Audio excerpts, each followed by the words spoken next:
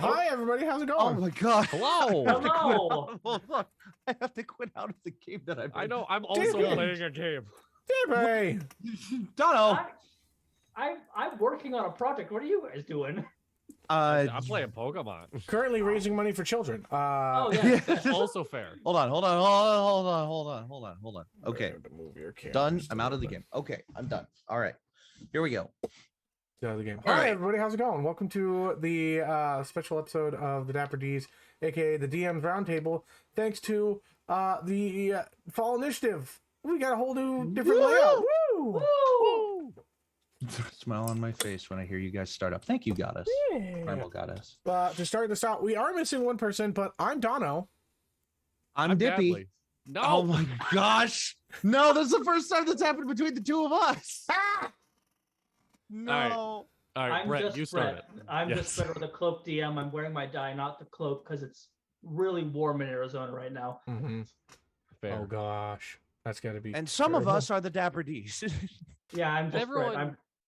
Everyone is a Dapper D's in their heart. Everyone is a Dapper D. That's- You know, recently I learned that Dapper D's is a shortened name for a group of like singers in the Disney resorts called the Dapper Dans. So Oh. I really hope Huh. that those people don't like come after us in the I don't- future. I don't We think they know. will, but wasn't the I want to be the next SNL cast member guy a part of those people? Was he? I'm almost positive he was. I think it's one of those things similar to like titles of books or like songs. You really can't get copyrighted for that because you guys Yeah. are such different That's true. forms yeah. of content creation. Yeah. Now, but this just means we all have to dress up as the Disney a cappella group. Yeah, we have to dress up as That's gonna be Dapper our- Dans one day. That's our next Halloween outfit. Oh yes, gonna- that's plenty of time. I I too. was already thinking about suggestions for next Halloween that we all dress up as each other. Oh my god. I'm not against it. I'm not against it. How about we just all dress up as Dippy, and then Dippy has to dress up as one of us, or Oh, both of God. us. Like he has How to the do a heck do I half and do half. that? Like split down the middle. Yeah, How the like heck do you I have do to grow. that? You have have to to grow cut half a clothes. beard. Yeah, you have Yep. to cut You your have clothes. to you have to grow it out all year round, and then shave half of it, just like a little bit down, so you have Dadley's beard and then my beard. You could do Well, that, right? I'll add it to the list of streamed promises. Hold on. And do you guys remember when we promised that if the channel hit 10,000 followers, we would go skydiving? I thought it was 1,000. Oh no, yeah, 10,000. No, it was yeah. 10,000. No, it's 10,000. How are we Yeah, doing on that? 1,000. by the way? Jesus Christ. We're still only at crackers. 770, which Oh, wait, is I'm on the wrong. nothing to shake a stick at, but like 10,000 is not a huge number. If a just viral don't- thing were to happen. I just hope when it Now, happens, like I can afford it. Halloween 2023. I'm also We're all upset gonna Primal dress Goddess. up at dress. I will try as to do Colonel Dapper Sanders next year. It Dans. was a very rushed costume this year. Yeah, No, I think we definitely got need to be into Halloween that. Like 2023 we dress have as Dapper things planned Dans. out a while Yeah. in advance and putting money to the side for it. 'Cause I'm bad with money. Talking about money, hi! If you're really bad or really good with money, maybe you might think about donating. To get that little bar up above our heads just a little bit larger. You can see that we do have a Wait. goal, but it's a win on Right the other there? side. Not for Oh. you, Dadley. Bearish. Other side for you too, Brett. You go like Gosh darn wait, it. you gotta go.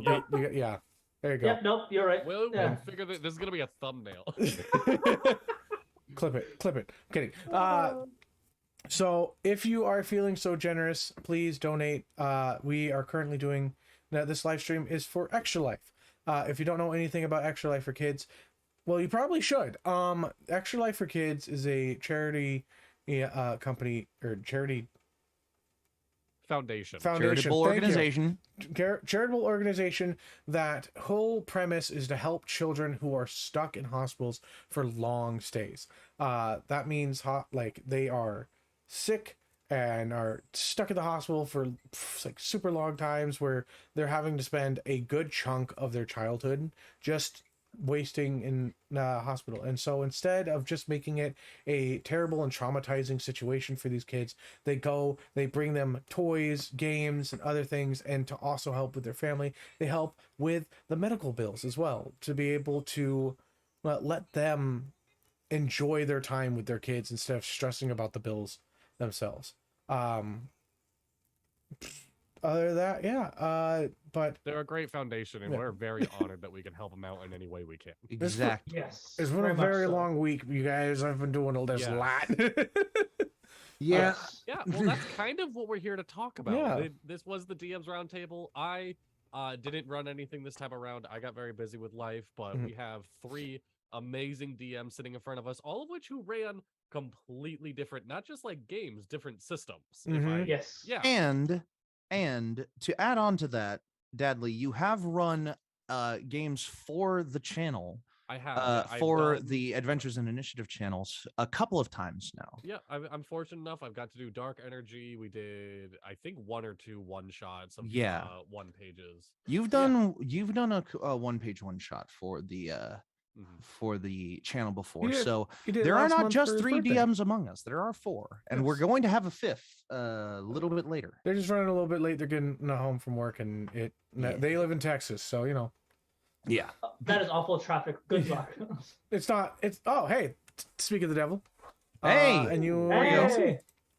Let me get ready to do this Devil. transition. You got to do the Admit, 4. You got to 1, do the 2, 4-person. 3. Ah! Ah! They're taking a minute to get in. Speak of the Oh, devil. There we go. There we Oh, are. no. There we And go. they shot up No, here. our layout. Hello. Hey! Hey! It all got Cat. messed up for a minute. Hey. Easy Cat. Introducing to the live stream someone who doesn't need an introduction, but they are incredible DM, one of the brightest people I know, very witty on their feet. Stormy. Hello, everybody. I'm here now. Hello. It also Great that's to meet you. aren't Brett Stormy is anymore. not in his Wait, camera wait, slot Bradley. at all. I'm not. Oh no! Brett is not in his Nope. camera slot at all. What have you No. done to me? I'm stealthy. I'll fix it I'm real not. quick. He's Mike Wazowski Okay. right now. Well, isn't this nice? Isn't it kind of Paperwork, fascinating? Wazowski. Isn't it kind of fascinating that trope from that movie actually carried over into the real world, where anything that Mike is on basically gets covered up with the price tag? My favorite instance I've seen of this joke was when all the Try Guys drama was going on. Mm. The guy who's cheated wife's cookbook went on sale, so they were putting the sale stickers over the guy's face. Oh. Oh, That's a good. That's That's a good that's a thing. mood right there. Mm-hmm. It's a good move. I like yes. that move. It's a good move. Wait. Okay, no, I'm not wearing the same So, hoodie. Now as that we're before. all here, do y'all just want to take a quick second to talk about what you ran? Because everything was in course. different systems. Everything's a little all over the place. We can talk about what we've run for the channel and what we ran for the charity event. Yeah, Let's- Do absolutely. you want to Yeah. be the kind of the host of this and kind of go through Yeah, and that's all what that stuff? Yeah, because I didn't run anything. I kind of You figured get to I'll DM try this. With I your know. host, Put me in the corner. So You yeah, are in the Dadley corner. J. Jenkins. Nobody puts baby in the corner. Ba-ba-da. So yeah, just looking at the screen, we'll start over with Dippy. Dippy, what did you run this game? All right. Well, I ran for this charity event. I ran an independent one-page system called Psychic Sycophants. It is a fully RP, like one-page system that I saw on Reddit and thought, this is an incredible looking system. I would love to run this in some capacity on the channel. And with this charity event coming up, I figured it would be the perfect time to do it. Totally independently created, not published by any publisher yet. But it doesn't have to be. It's one page. So fun system, really fun system, where you're just acting as a board of like directors or a chairman on a seat of government. It's really good for small groups, Absolutely, but yes. it's even more fun with large groups, and that's what it was on this past Friday. And I feel like I did a decent job representing this system that this guy made, and it's yeah. Oh, absolutely, yeah. And for the channel itself, I run like a semi-regular.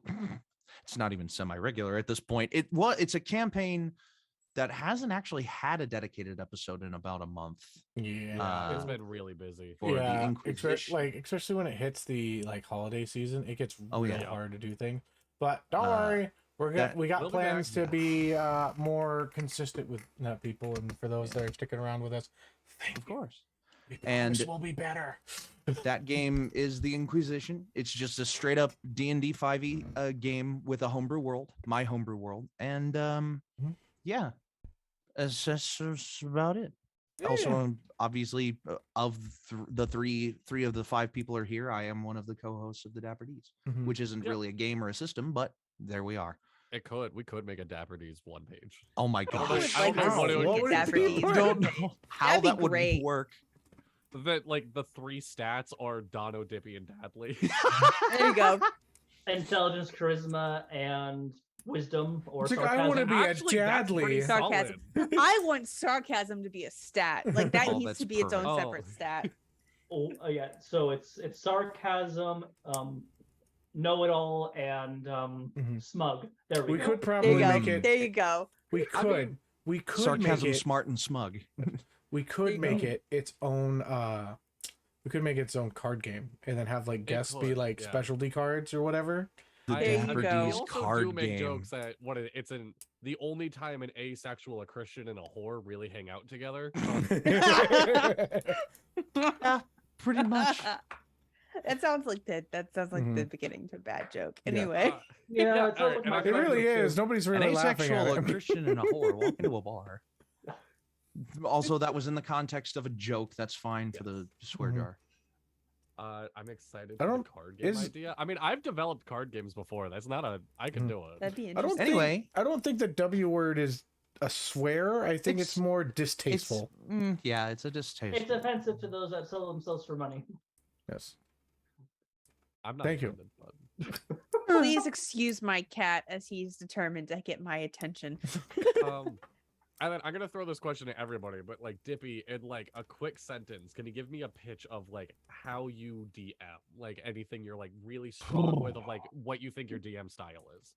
Tell the story first. Let everything else come come as a result.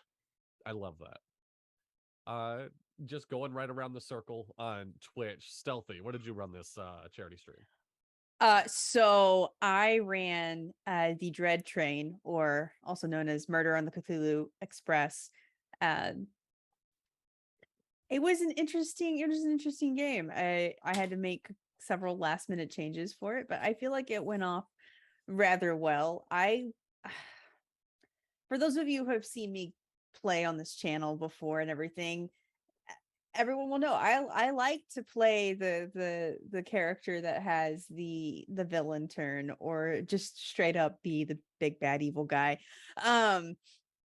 And so for me, playing something with a Cthulhu running a Cthulhu-esque game was a lot of fun, and I got to do a lot more creepy psychological puzzles and things like that.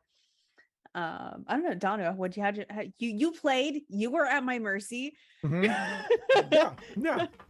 What about it? How did that go? How did you enjoy playing that? I played again a very like I felt like I was very much like my character, which I kind of built him to be just like the grunt and everything like that. He was like took a back seat, but like listened and was like the very like response, that type of thing. But I enjoyed it quite well. I love the fact that like I was able to show off the different things I had planned and whatnot, and sometimes it worked and sometimes it didn't. But yeah, I feel my barbarian was a pretty bad A character for it. And just to be clear, what system was it in? It was just 5e. Yeah, this was 5e. Okay. This is a 5e homebrew, flying by the seat of my pants. Mhm. Kind of game. Like I said, I had to make a couple last minute changes. So that was fun, but it ended up being pretty good, I think. So I typically run 5e stuff, but I'm very much I'm known as the bottle of chaos around here. So my DM style, whenever I play a game, is generally I wouldn't say in I can sum up in a single word, chaotic, but I am very much, I live and die by the rule of cool. Give me a good reason and I'm gonna make it work. That's how I have ended up with my Curse of Strahd game, which I do run on this channel on Sunday mornings at 10 to Ish. 11:30 ish in the morning. Starting time. Starting time. Mhm. Like I said, we play it fast and loose with my tables. So Yes. that includes the starting time, kiddos. Mhm. So that's how I ended up with, a cursive Strahd game that is basically at this point Strahd light. It's Strahd flavored. We're gonna go with Strahd flavored. This is Strahd and I coffee like in the that. morning. It's that one Um, bubbly like citrus or bubbly water that just barely like just had Strahd what is like that? just Essence? ringed like essence of Yeah. Strahd in it. Yeah. Yeah. That's basically my game. Okay, everybody's like, "Oh, this is so fun," and occasionally I remind them this is Gothic, Oh. to Oh, do boy. whatever we want.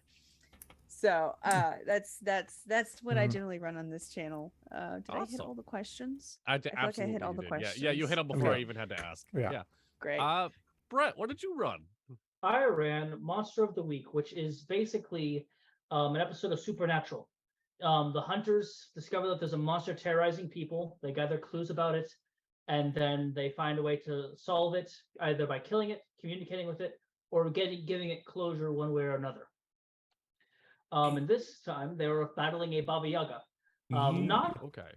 too much like by the official lore by any means, and I did have to cut out a lot of it because they were taking their sweet time doing things, but that's okay because this is a new system for everyone playing. He's not used to And- RPers. Yeah. No, Yeah. I am. I very much am. But that goes to my style of DMing is tell the players should be having as much fun as you are. Mhm. Yes. That's my one Agreed. DM rule. Okay, I love that. And outside of this charity stream, what do you normally run? 5e, I'm actually working on designing my own tabletop RPG right now. I actually do run that wow. start doing that on Mondays. It's Okay. called a Dice Goblins RPG. And at the beginning you start with 16d6 and you get to put those into your stats. So Okay. Ooh. it's just a lot of dice that you get to roll at once. Yep. I love that. Thank And so just to be clear, was it your first time running Monster of the Week as well, or have you No. run it before? I've Okay.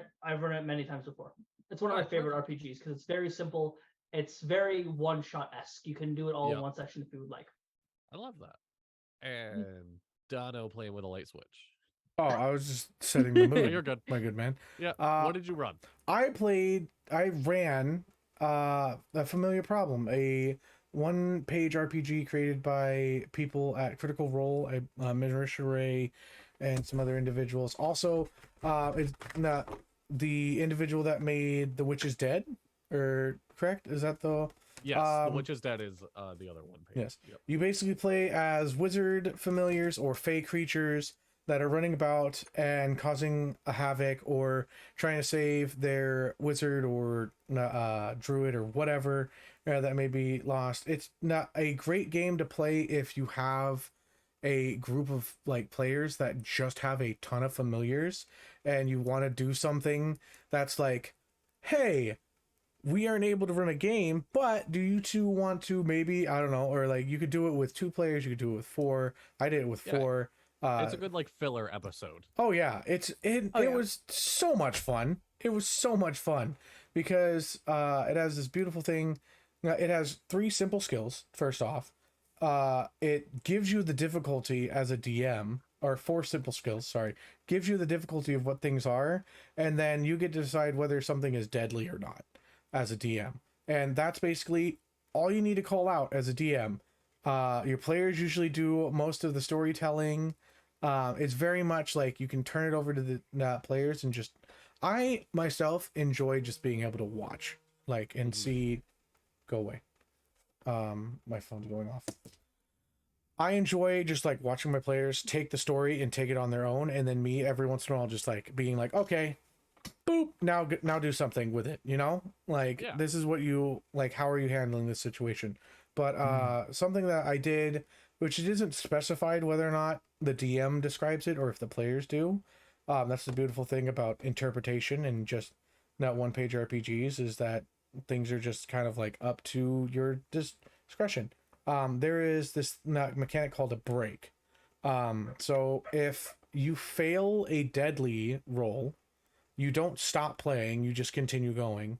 But if you fail it, you add a stress. If you ever roll under your stress, you get a break. And then it specifically says that if you cannot overcome your break, meaning that you have to like act it out and whatnot, and if the other teammates cannot help you get through it, then your character poofs out of existence and that goes back to the Fey Wild, and then you roll a new character.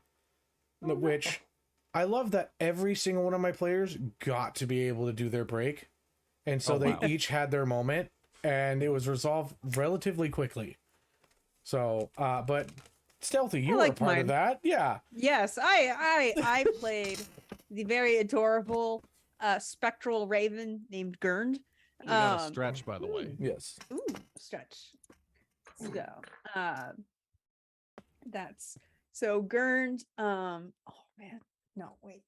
I think I just heard your back pop. Yeah, I think Yeah, I it did. did. Oh God. So yeah, so what happens when you sit in a chair all day for work?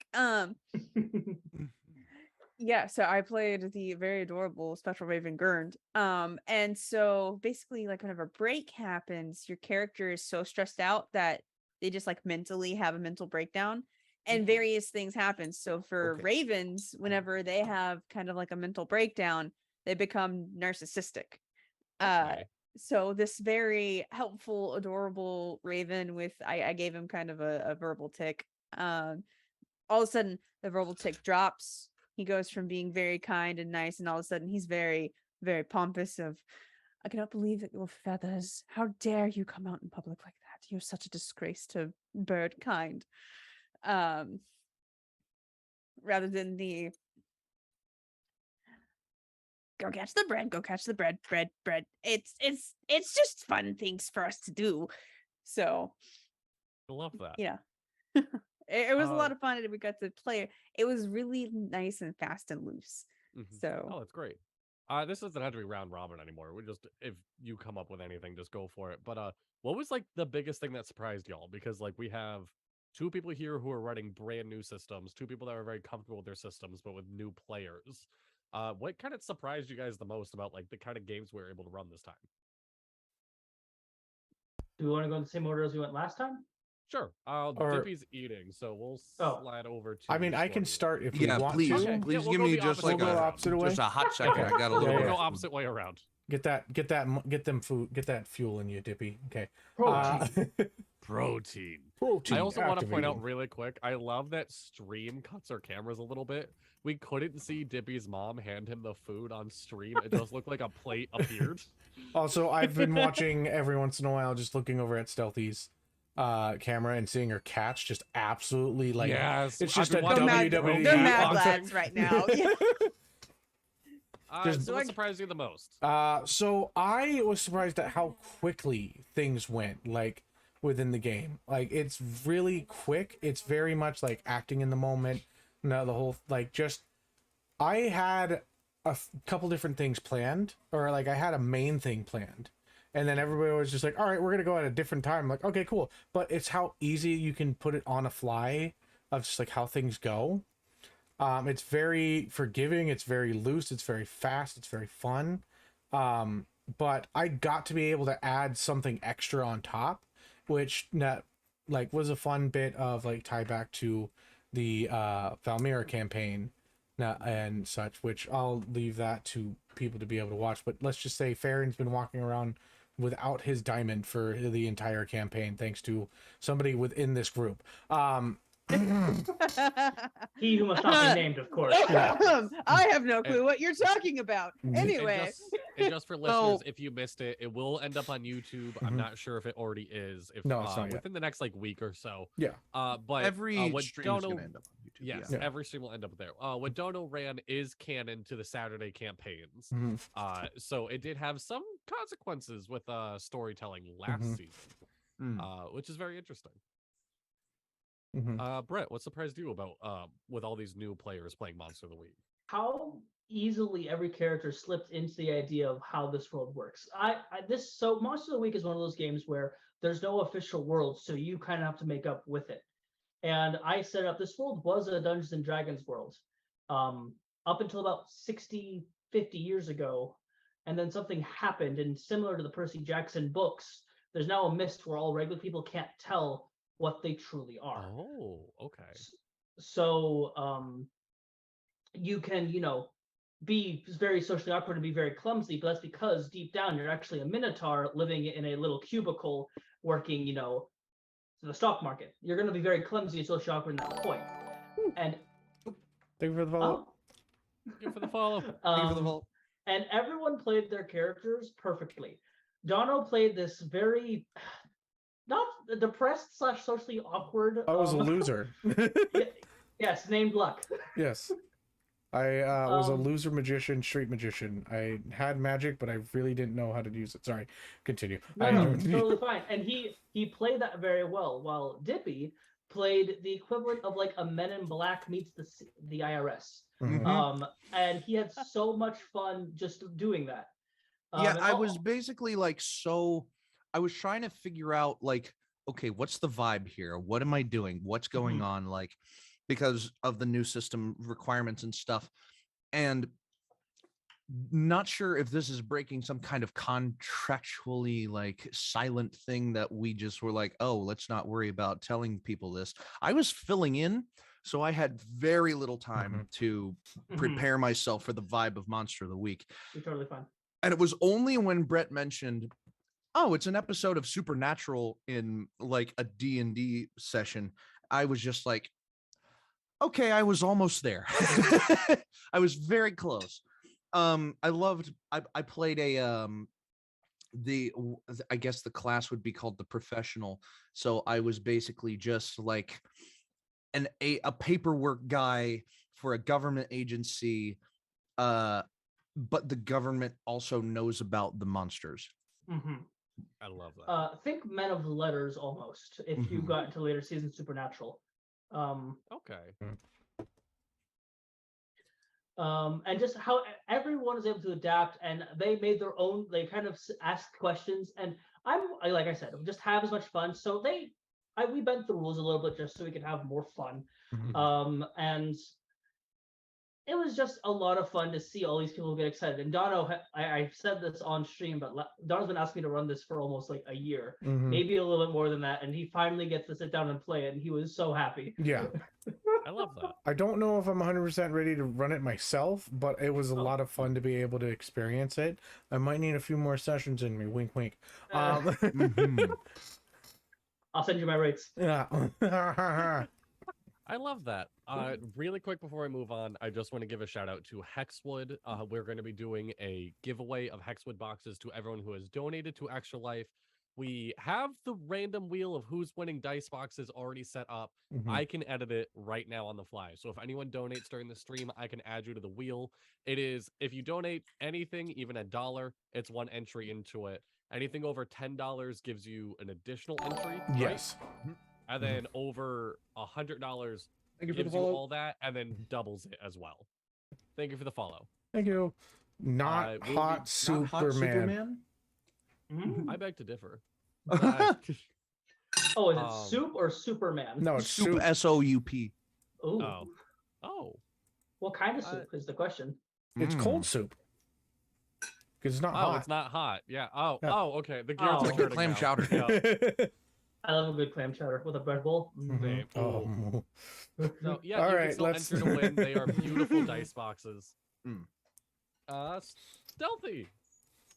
What was kind of like something that came out of nowhere or really surprised you about running these games? You're muted. Muted. So for me, I ran my game with Dono and Snap. So I've run games for, well, they're both in my Curse of Strahd game, and I've run games for them separately as well before. But I got to play with a brand new player who I've known for a while, Baskerhound. So which was really a lot of fun because Basker likes to lurk in Twitch channels and support all of us lovelies. They're actually one of the mods over on Commune DM's channel, and they spent plenty of time torturing me while I was playing over there in the comment section. Because and Basker will admit this themselves, they are horny on main. Mhm. It's very hard to keep them content during a child stream. Ah. But they just hopped right in and kind of went with the flow and the chaos. And what was really cool about their characters, because this is the Eldritch train ride, right? You're fighting an Eldritch thing. Basker shows up with his own with their own Eldritch deity with them, because they're packed with the Great Old One. So this Eldritch deity was named Frank. Oh, Okay. And at the very end, we're in this big fight with an aboleth, and they're starting to kind of slip into the far realm. And next thing, Basker's character Diggory goes, "Yeah, I'm gonna finally take my chance now to free Frank." I'm like, "Oh, we're just gonna let loose the Eldritch deity that you brought with you." Okay, as one does. as one does. You know what? I don't know how this is gonna go. Let's find out. I love this. Yes. So I think that was like the biggest surprise. Of course, everybody kind of took really well to kind of like the bit of the detective aspect on it too, that I kind of threw in there, because I was trying to go kind of, Murder on the Orient Express / Cthulhu. Cthulhu Yeah. vibe. So I was really glad everyone kind of like hopped into that as well. They did a really good job. Murder on the Orient Express. No, that wasn't. That was rough. not. I'm saying. No. I'm sorry. That was rough. Horror. Dippy, you ran the most bonkers system that we saw this like charity stream. Okay. Very, very out there of like, I would feel like almost all of it was surprising, but what surprised you the most? How well, so someone earlier said they were surprised by how fast everything went. I was surprised by how slow this system went. Yes. We ran through 2 dilemmas in 3 hours, and the system is set up where there is technically a winner, which is a little bit different than a lot of the other systems that we ran. There is no winner in like D&D or Monster of the Week or anything like that. But this system, I always win.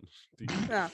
But this system was goal specifically designed to have a winner with the resource die that you use. The mighty leader hears like arguments and like other dilemmas brought forth by the chairman and the cabinet members, and gives out resource die that either succeed or fail. And we succeeded so much due to a strange due to a strange interpretation of a rule that I made. Everything that they did basically succeeded. So it was more so a telling of a story about the weirdest ways to combat Martians. The way that the setting that I ran Psychic Sycophants in, Psychic Sycophants does not have a setting in and of its own right, but it does have all the room in the world for you to set it wherever you want, as long as it's a governmental system. And so I decided to put it on Mars, and it was one of the most fun things that I've run, but it's also one of the strangest. It was a very, as a player, it was a very fun curveball to 5 minutes before we start of like, by the way, we're on Mars. Like, By the way, I feel like it's like Cowboy Bebop. Pause. A little bit. To the individual that is asking for a long question, please just go to our Discord. We have an area to be able to ask questions there, or you can just ask in general. Yep. So the Discord link is in our link tree.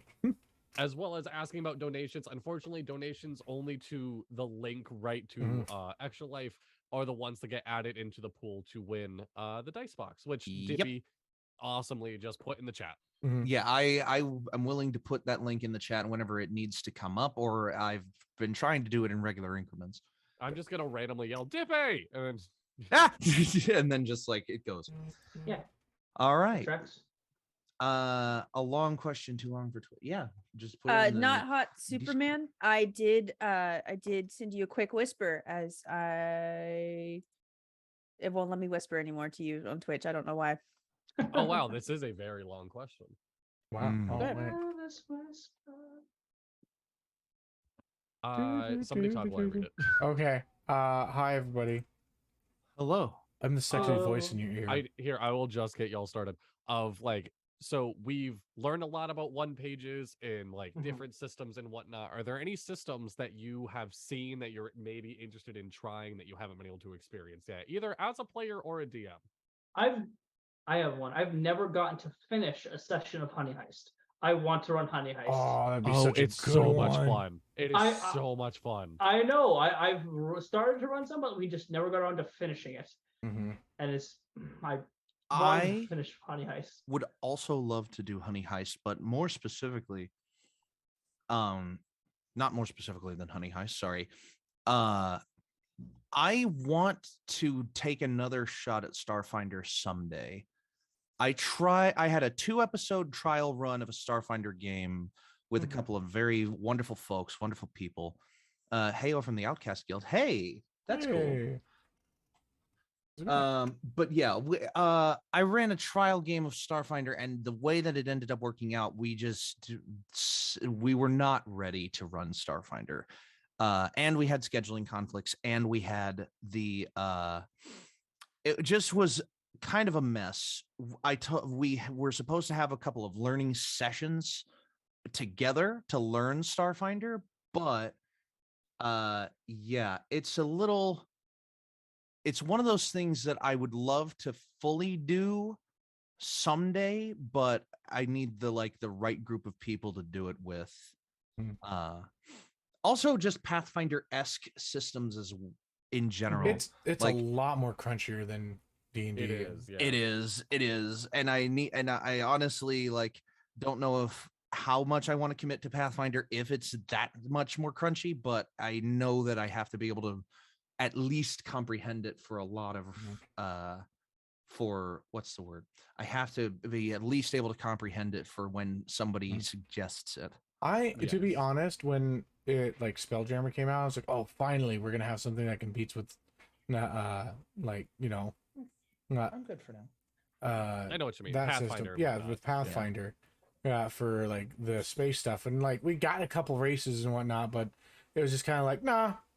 Yeah. It was like, Yeah. come Spelljammer on. was very disappointing. Yeah, I Yeah. do Yeah. to be honest, I have not just I don't know, for you guys to know, you can 100% stumble across stuff to make you go to space in Crossroads. Mm-hmm.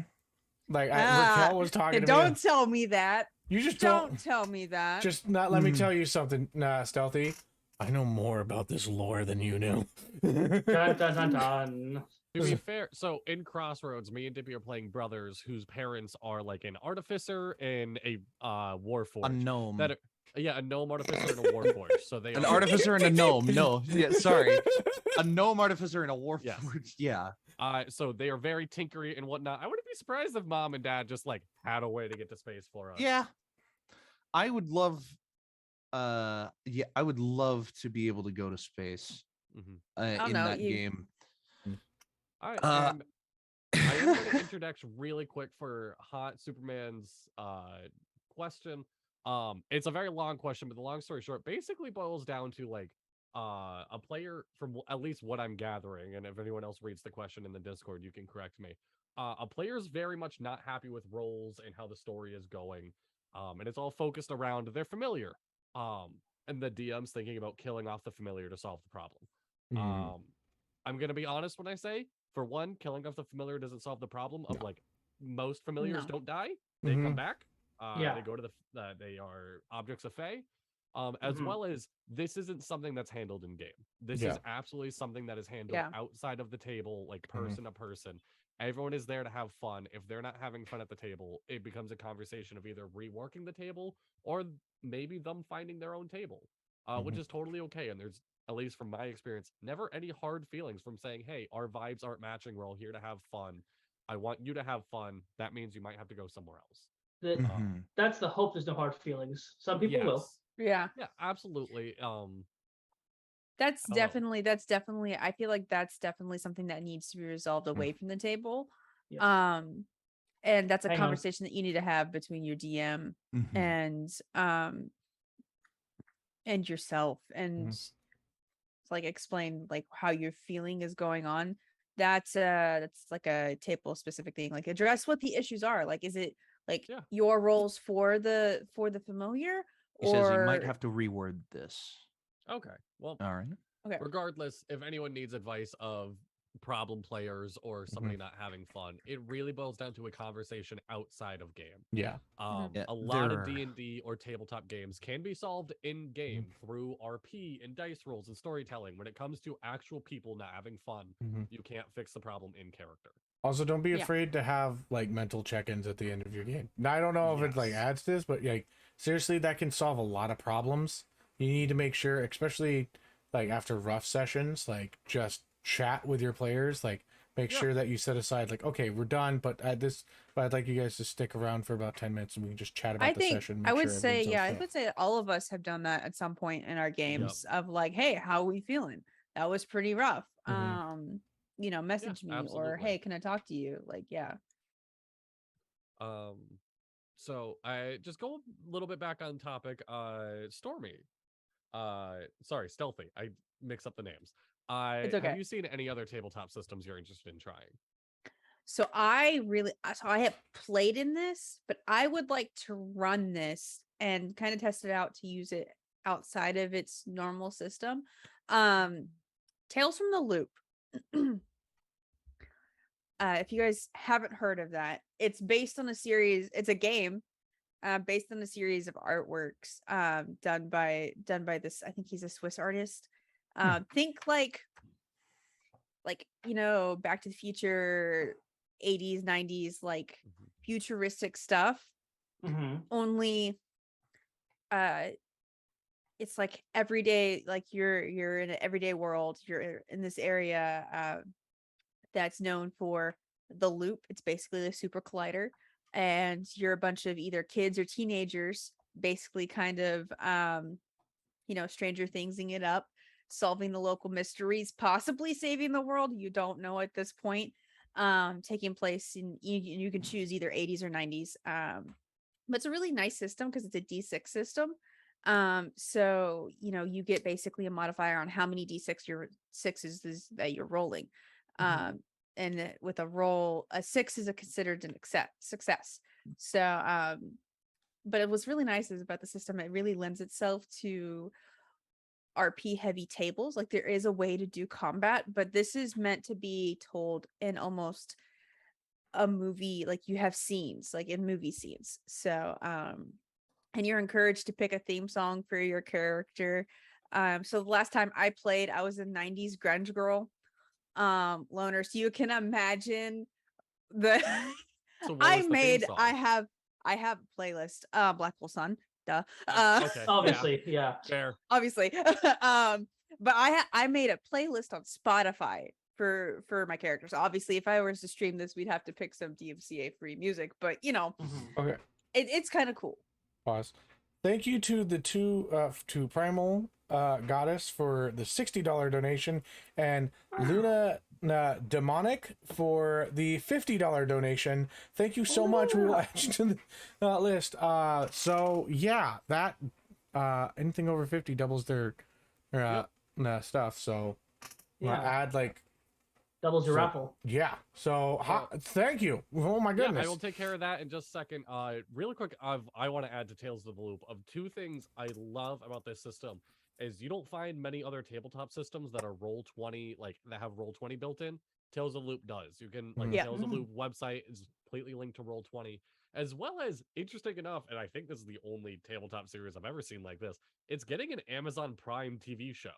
So if you Right? Yeah. if you need help getting the vibe of the game or just getting ideas and whatnot, it literally has a TV show. You can sit back and be like, okay, that's what a lot of people are going for, the tones to hit and whatnot. It's very interesting, especially with you saying that it's meant to be kind of episodic and scenes and whatnot. It pales really nicely with the fact that it's getting an Amazon show.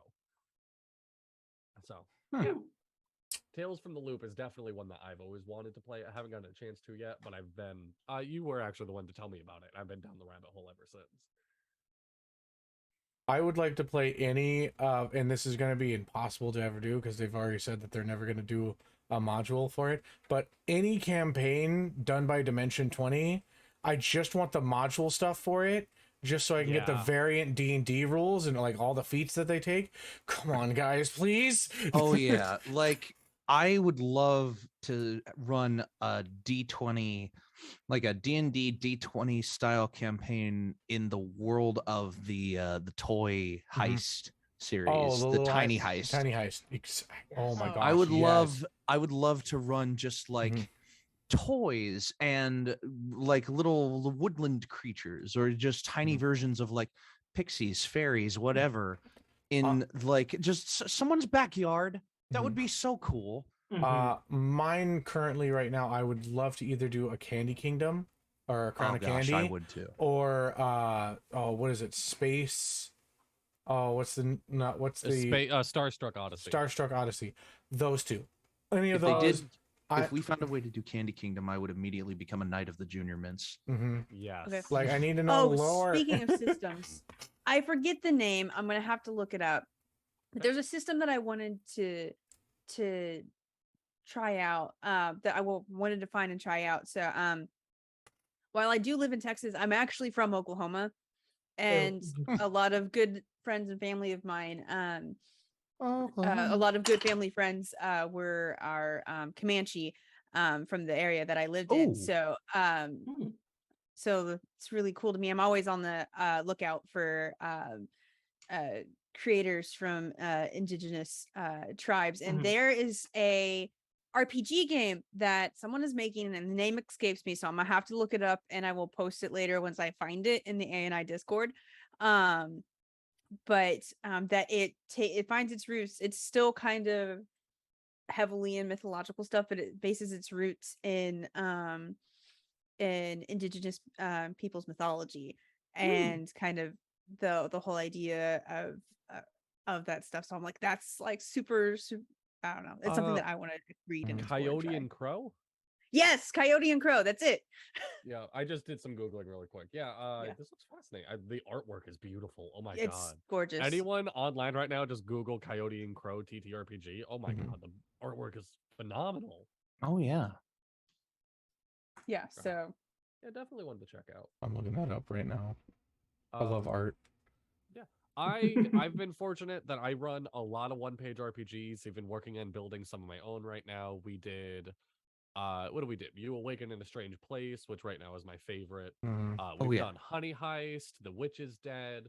I'm very fortunate to be able to run a 2-part series of Kids on Brooms, which is an amazing system. Which you can go check out on the Dapperdies. Yes. On the Dapperdies, on Adventures in Initiative under the Dapperdies playlist. And touching back on Dimension 20 really quick, I ran Dark Energy and 100% just ripped off the world from Unsleeping City. Yeah. Of like Unsleeping City is magical New York. I was just like, well, what if it was like a kind of busy suburb? Like that's all it really was. Yeah. So on that note, I would actually love to know, what is the tabletop media that like you guys are consuming right now? What is kind of your go-tos or anything like that?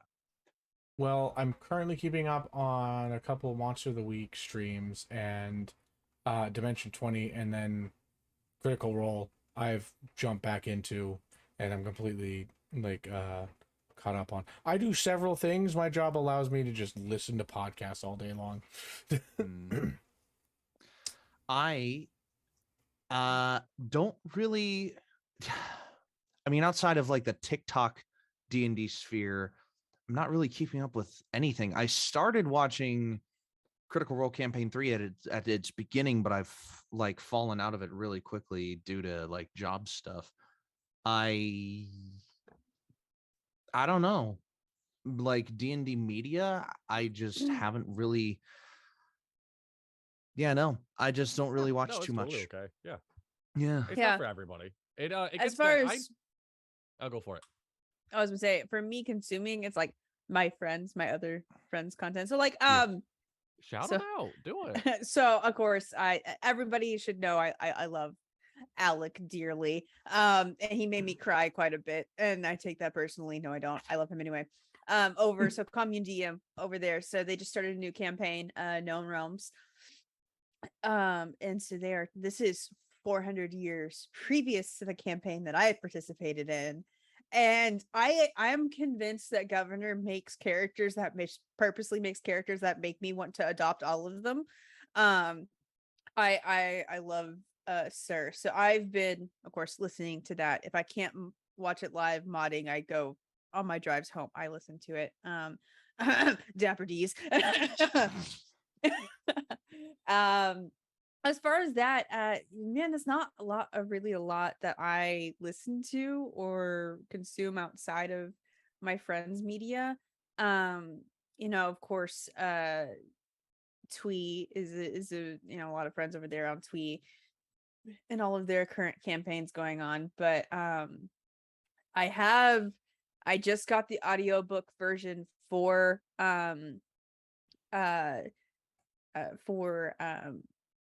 Vax and Vex, the book that they came out, Kith and Kin, which is narrated by Robbie Damon. So there's that. So that's the media that I'm currently consuming as far as D&D goes. And I do an annual read through or listen through of several high fantasy books just to kind of get like creative juices going. So I just finished Lord of the Rings.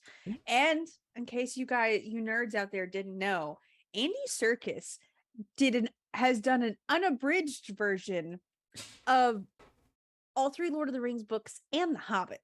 Ooh. Just throwing that out there. Wow. So it's very good. I just want to chime in with like fantasy books right now. I just finished it's a trilogy called The Darker Shade of Magic. Oh, if you need a book series to like get the creative juices going and whatnot of like magic systems, it is incredible. It is 3 parts. Very satisfying ending. Very like I'm surprised. No shade to fantasy books. I read a lot of fantasy. A lot of ambiguous endings out there. A lot of like, and then it happened, and you're like, cool, I guess. Very satisfying ending for being a complete trilogy. A good. It's not true. Well, I think that there is a second book coming out soon, but the Poppy War, is a really good. It deals like it's kind of deals in more of the Eastern and African ideas of magic rather than the more Western ideas of magic. Things are rooted in your ancestors and things like that. So it's really a lot of like, it's a cool, interesting take on magic that like people like go read these things. They're out there. Like it's beautiful. I love it. Yeah, just so listeners know, because I'm on Google the entire time. That actually has 3 parts out right now. There are 3 books in that series out. I discovered it recently, so okay, yeah, sure. all 3 books are out. Okay, great. Well, there you go. I'm glad. Yeah, Brett, what kind of D&D content are you consuming, or just any content? I guess like anything that helps creatively. So when creating the world I'm currently making for the RPG that I run on Mondays, usually I'm actually gonna have to leave a little bit so I can do the session 0 for one of our players that were here last week. I'm a huge fan of FromSoft games. So Dark Souls, Elden Ring, Bloodborne, that sort of style of storytelling is very interesting to me. I grew up reading a lot of like Shakespeare, a lot of Sherlock Holmes, a lot of I read the entire Chronicles of Narnia series when I was like 13. I didn't have a lot of friends. I also read a lot of Shakespeare when I was 13 because I didn't have a lot of friends. I feel that I have a whole Shakespeare collection next to me as I speak. I feel you. Yeah. My cats are named Oberon and Titania. Oh, nice. So like, yeah. Queen of the fairy forest. The opening line for my tabletop RPG, as I'm writing it down, is "You don't remember the sky looking like shattered glass." Oh wow! Okay. Wow. Dang. So that's the vibe. That's the vibe that it is. That's great. So yes. I'll watch playthroughs of people playing Sky. I actually like Fable. A lot of the older hydrate. Thank you. Thank you. I actually have to go get a hydrate. Don't go in. Everybody leave. Where are we gonna go? Yeah, no. Yeah. Actually, no. Everybody just turn off their cameras while and just keep talking. So. I can do that But very yeah. easily. Oh. Dono, you should change stream so it's just Dippy's face when he comes back. Can you All tell right. we love each other around here? Yeah, who are you guys? I turned on his Um, face. Dono! What? Stop interrupting no. Brett. Oh, No, I'm I'm sorry. fine. still here. He- Even I even appreciate whenever And don't you know Alright, it's just me and I'm Brett. still standing. Hey, how you doing? Better than I ever did. Anything and everything. I actually have written So a long. novel before. I've taken it down because it needs major edits and I've changed how the world works. So I'll just read anything. I'll hyperfixate on it for a long time. Like I was huge into Doom when the newest Doom yeah. game came out, so I read a lot of that lore. I thought that was interesting. Mhm. I'm also a huge One Piece fan. That probably puts a Okay. certain level of like, oh no, but like if you, it's just a long story, but how Oda writes his story is absolutely fascinating. Absolutely. Are you gonna go see the new movie? I'm waiting, but yes, Okay. it's gonna be a date night with me and the wife. So Oh, that's awesome. Ooh, Okay. fun. can I just put a little thought? Yeah. So a fun thing that I learned about Doom, the video game, Mhm. Brett, since you brought that up, Mhm. there are optimal ways to finish a fight or do one, especially in like the hardest difficulty. It is set up like a puzzle where you're supposed to take out certain enemies at a time Yeah. in order to like actually get through the situation. Mhm. Oh, Dippy, I'm sorry, I Wait, took Dippy, away your. you can't see your camera? No, I No, literally Dono can't turned it turn it off. on. There we go. All right. I didn't think I gave it that. I just thought it turned it off like when I mute people. no. Oh goodness. It's not Discord, or I haven't used that feature before. I can tell. But yeah, like I've always wanted to have like a major combat, like a really hard combat set up in that way, where it's like certain enemies will respawn if you don't kill these ones first. And you have to figure out what the pattern is and that be the riddle and the password or something. That's why I like playing old platform like combat games, like the old Dungeons and Dragons game, or like the old Harry Potter, like PlayStation 1, 2, and 3 Those games. games, like, they get a bad rap. Yeah. Those games were great. Mhm. Or like even the Fable games, like Yep. those games have like you have to do certain things to get certain results. Yes. And yeah, it's a little clunky because those games are almost 20 years old, but like they still hold up if you look at it from like this is where we've come from. Exactly. It's fantastic.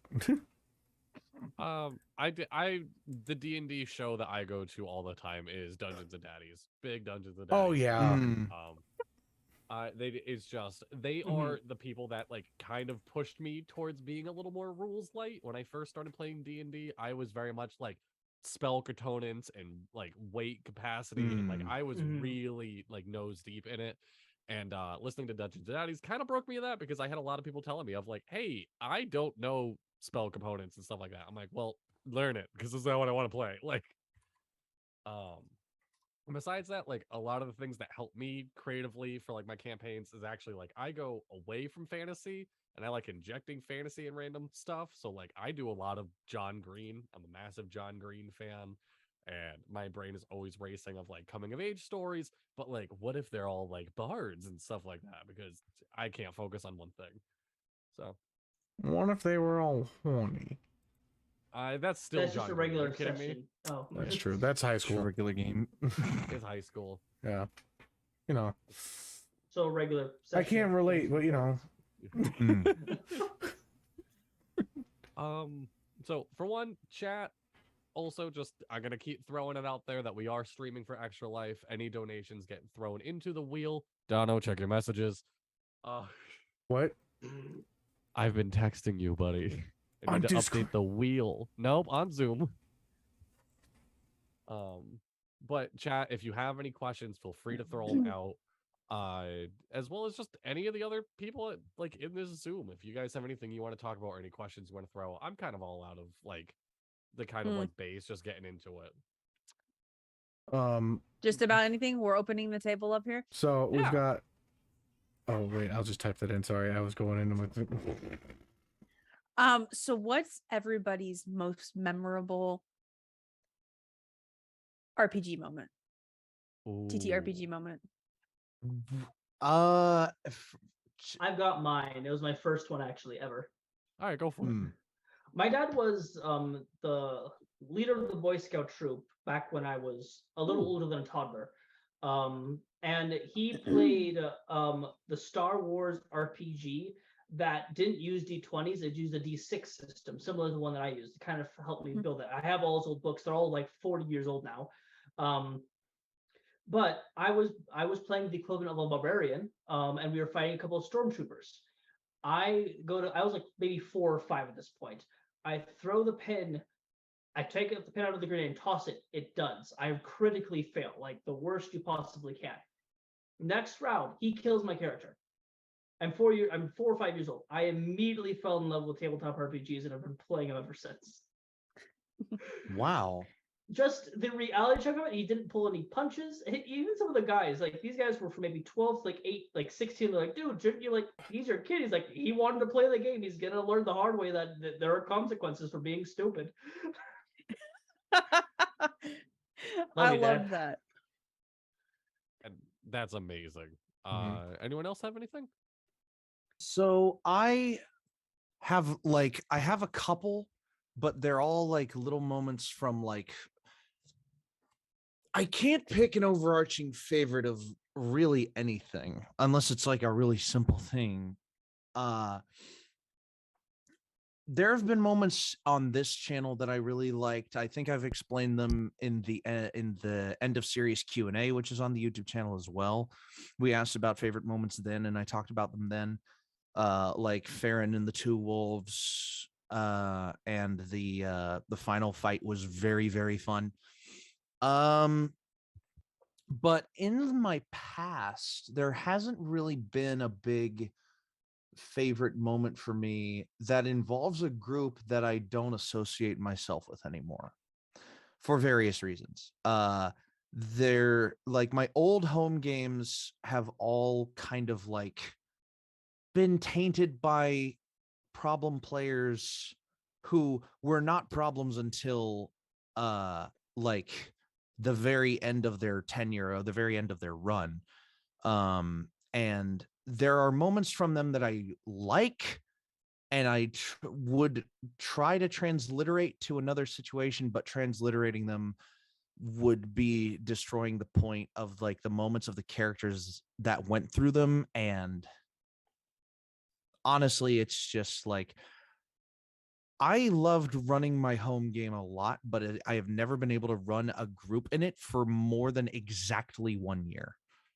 It is it's a little bit of a heartbreaker for me. It kind of makes me question like my DMing stuff sometimes, but other times I'm just like, I've been here for longer than that. So like, you know, but in general, RPG, my favorite moment, I'll tell you what, so far, my favorite moment of running anything on this channel has been the has been like the Inquisition's just like totally chaotic hag resurrection scene was like so out of nowhere.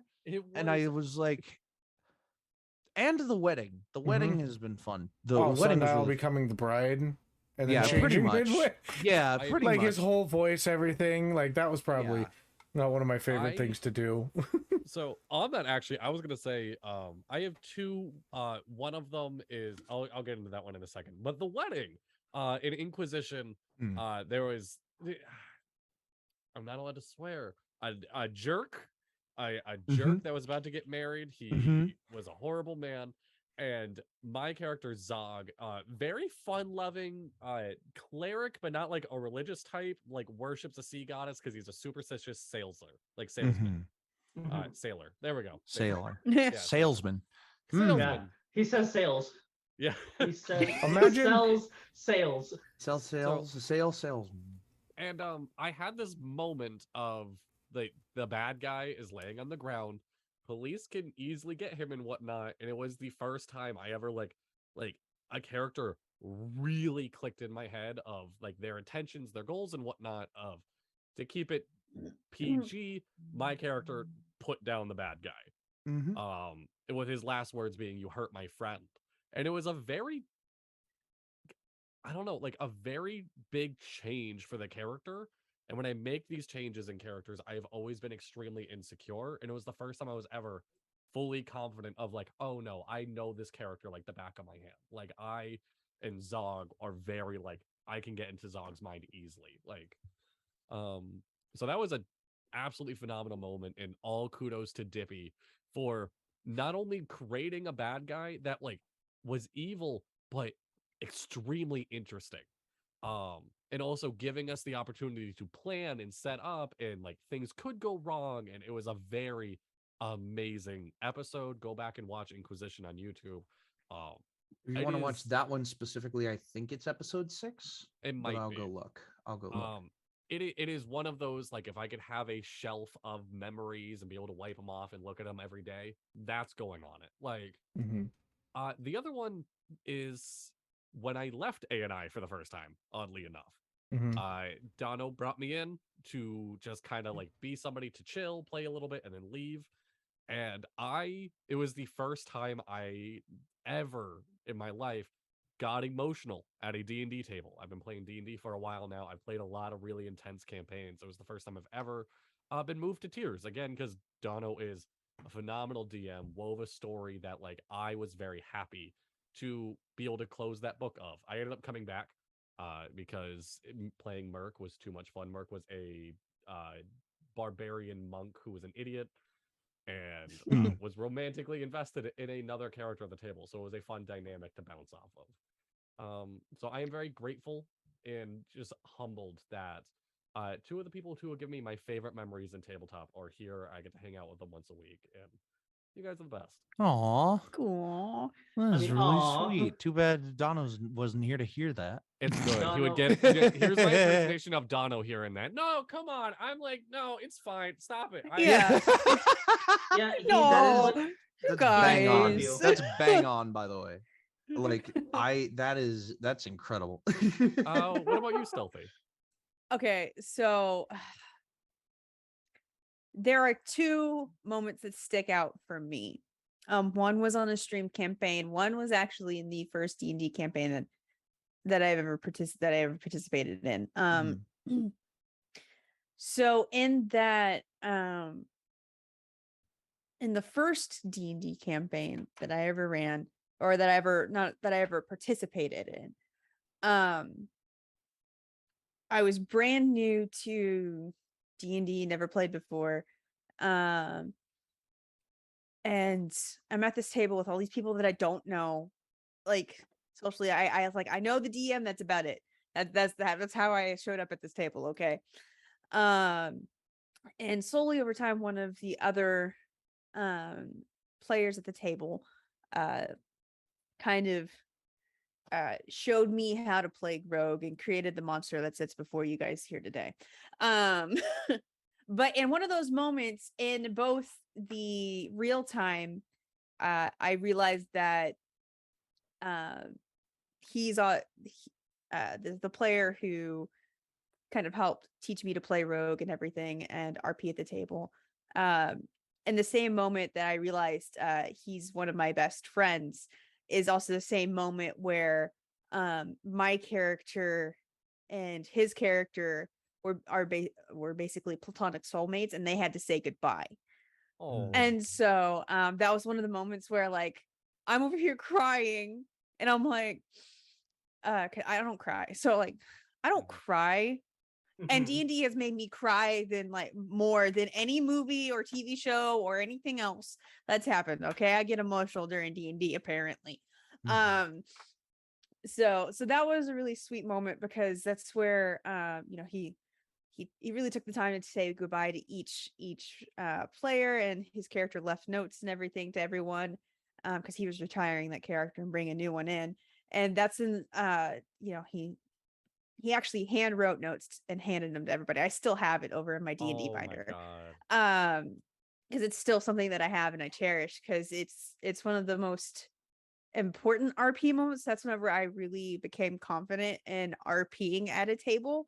And also whenever I realized, hey, he's my best friend Mhm. as well. So that's an important moment for me. And saying goodbye to the character is also big defining moment for my character of, oh, she's just trying to survive and get home to, oh, he was the leader of the group and now she's the leader of the group. And now she's got to take a lot of responsibility. And that put me in a more, I've got to RP more Mhm. kind of position, and it got me really comfortable with it very quickly. So that's a important memory. And the other memory that's really important for me, again, it's Alec. Alec made me cry over on for intelligence save. He liked to do that anyway. But one of the cool moments, I guess throughout the entire campaign, Alec really worked with me on Addison's story in that. And you can go watch it on YouTube if you guys want to and see that Addison goes from this very cold character to this still kind of cold, like presents a frosty exterior, but really they're one of the most deeply caring people. But one of them was when Addison realizes that their party around them and their found family um in the King of Zendrix and their partner Vosk, and yes, I edgy drow boys anyway. But that No, it's this moment no. of actual, like the actual family and the nobility and everything that they're from doesn't matter. They found their purpose in their being in these people and these people around them. So I was like, it's always these character defining moments are my favorite ones here. So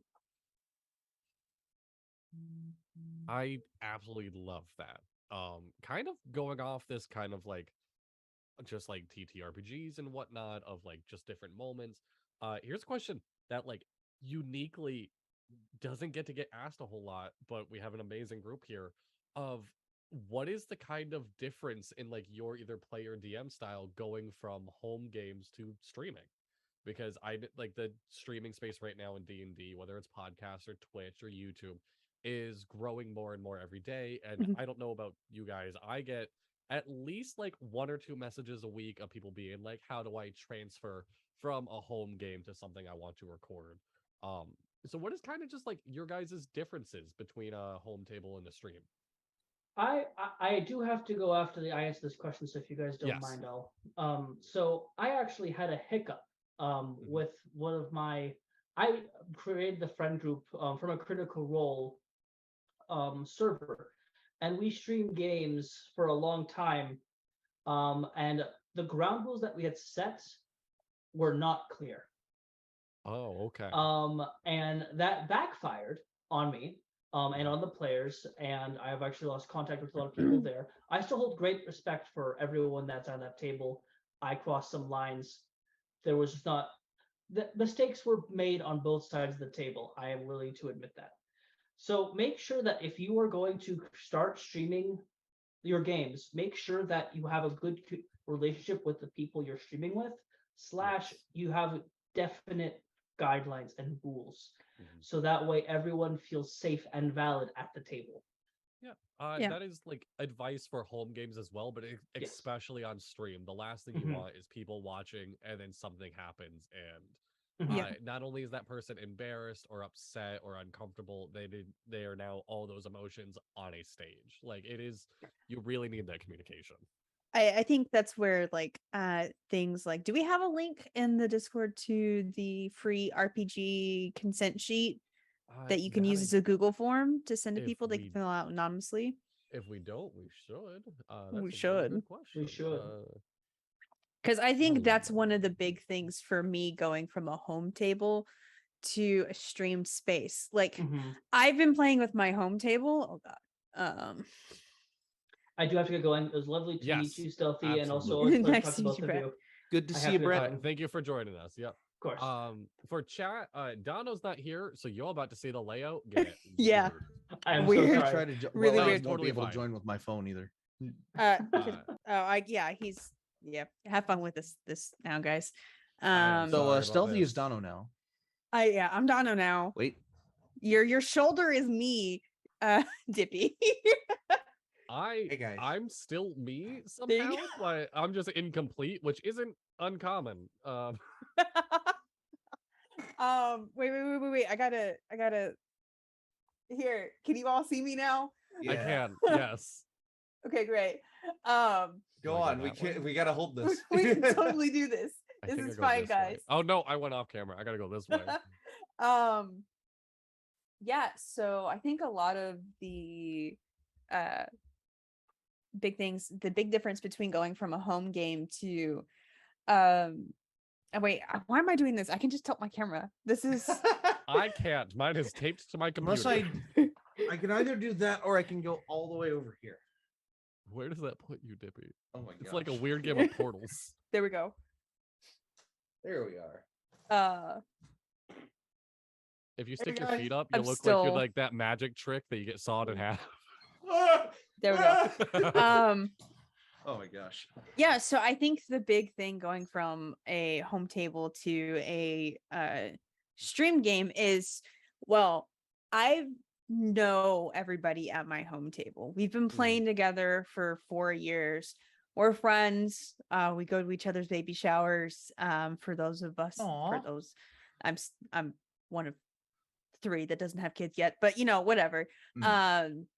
We're really involved in each other's lives and everything. So it's a really nice and safe space, but we all know, like, we don't have to fill out the RPG consent sheet because we all know Yes. each other's boundaries, and we all know each other's, and we all also have no problem going, hey, I don't like that, so can we like not?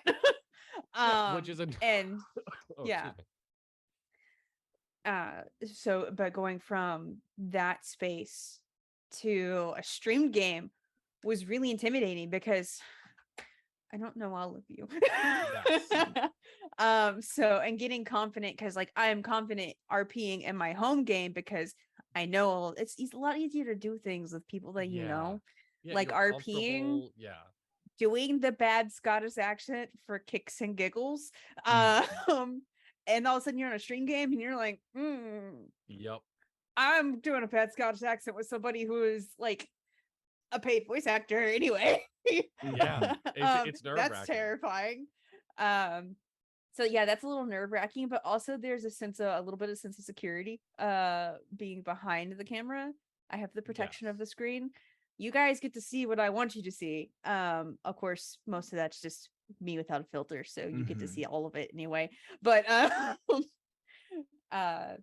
so yeah, so there's that little bit of sense of security because you're like, oh, well, I only see you guys within this context. I don't see you guys outside of this context. Yeah. So there's a little bit of being a little bit more free that way too. So yeah, no, absolutely. My like going from stream, or actually the story I'm about to tell is a podcast that I was on. I was invited to be on a D&D podcast with a bunch of other TikTokers, Trazy, who's now a friend of the channel, Noodle Doodler, who you may have seen on ANI not a little bit ago, and Goon Daddy, who again a while ago was on. Yep. And there was a very distinct point where I realized I'm not playing D&D to play D&D. I'm here to make a podcast, and it was very bizarre for me. We had a moment where my character a next cast suggestion on another character, which is like taboo in D&D and whatnot. And you don't manipulate Donald's party back. members. Yes, Dono. yes. So yeah, please fix the layout, buddy. I am right now. We're doing and very it weird was- positions. I'm sorry. It was I'm sitting on my narratively floor. very important, and it was the first time I ever remembered looking at everybody I'm playing D&D with and saying, hey, if he doesn't pass this roll, do we all just want to say, like, on podcast wise, cut it and say you did pass? Because as a player, I don't like doing this as something like a lot of people hide behind like it's what my character would do. And this moment, it was to save his life. Oh, and we're not somebody live else's. anymore. Oh, really? Oh What? no. Did it crash? Oh God, Yeah. it probably just happened. Give me a Yeah, I'm gonna go Long figure out where story we short, stopped. It was to save Goon's character's life. But Yeah. yeah, we're back. We are. Yeah, we're good. Yep, It was we're a back. blip. We are? It was a blip in Yep. the multiverse. Yes, It's fine. It was to save Goon's character's life. blip in the My multiverse. character cast a Justin on fine. another character, and it was the first time that I leaned more on the podcast than playing D&D, where I said, "Hey, I want him to pass this role, regardless of what the dice say." Because player-wise, I feel bad for doing this, but narratively, it was such a good pivotal moment to the story. So I've had a little bit of issue going from home games. I would never do that at home game to stream and whatnot, Yeah. where I want to focus on storytelling. And I've now learned to just let the dice do their own things. Dark Energy is a great example of that. I had 4 episodes planned. One of them went to the wayside because we got turned into a graffiti mystery in a town for like a whole episode. Just cause. So Dono, you weren't here for it. We're talking about kind of like what's the feeling or the vibe difference between going from a home game to streaming D&D. Home game is a lot wilder Yeah. in my experience. Like a lot of people are like not afraid to be themselves. It's a lot different to like stream it because you got people that are like have that social anxiety and like are being looked at and can't get past that little hill that they need to get to the point where you're like, you know what, I can do whatever I want, you know. But like you go to a home game and you tell somebody you can do whatever you want, you really get to know that person really quickly. Oh yeah. By the way, sorry for the stream crashing. We should be back up and running now. No worries. But yeah, like that's the biggest difference is that like people get out of their shells a lot quicker when they're Those of you at a watching on home YouTube, game. welcome to part 2. Yeah. Yeah. Well, it's still recording. It recorded through it. Oh, it did? Oh, Yeah. good. The nice there thing you about go. recording through Streamlabs is that it records what I picked up, not what the stream picked up. Oh, interesting. Yes. So, So Dippy, what about you? Kind of like vibe difference from home game to streams. Okay. Well, a lot of stuff that's already been said kind of translates, but there's another aspect of this. When you're putting this on when you're doing this at home, it is just you and your players. You know, you can basically have free reign over what you do, what you say, what you play, what you have, what you know, within the limitations of your players, of course, but you know, it's with no audience watching. It's basically just like a free-for-all of like ideas and moments and just everything, like plot and story can go wherever it wants to go because you're at home, because there's nobody around to pick it up or to watch it. When you are playing for a stream or a podcast, it's not just you and your players anymore. It's you, your players, and the audience at home watching you and your players. Yep. And the audience is not ignorable. There are things that the audience can say and do that affect your game. If you are running a stream game, that can affect your game in real time. That can go off on tangents, that can start conversations, that can that can drive your focus away from the game for simply no other reason than, oh, that was like a really funny thing that the audience said. Critical Role's live panel shows obviously discourage the audience like speaking during the playtime, but they're able to laugh and they're able to like react. And it's really, it changes the psychology of the people playing and running the game too. Because when you're at home, at least for me, when I was doing my home game, my psychology was, okay, I'm just going to have a good time with these folks, you know, to heck with it. If something happens over the course of the game, we can talk about it later, you know, or we can just like course correct. We can retcon things really easily because it's just us. Yeah. Now it's like that happened live. Mhm. What am I going to do to dig the, like, this hole has been dug.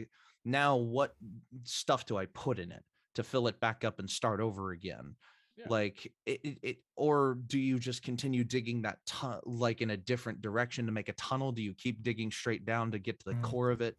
Like, there's a lot that happens when a game is run live Mhm. versus when Yeah. it's not. It's important to have like the distinction of, like you said, Dippy, Mhm. when you have one of those moments, it's, do I lean into this or do I shake it off and just be like, whatever.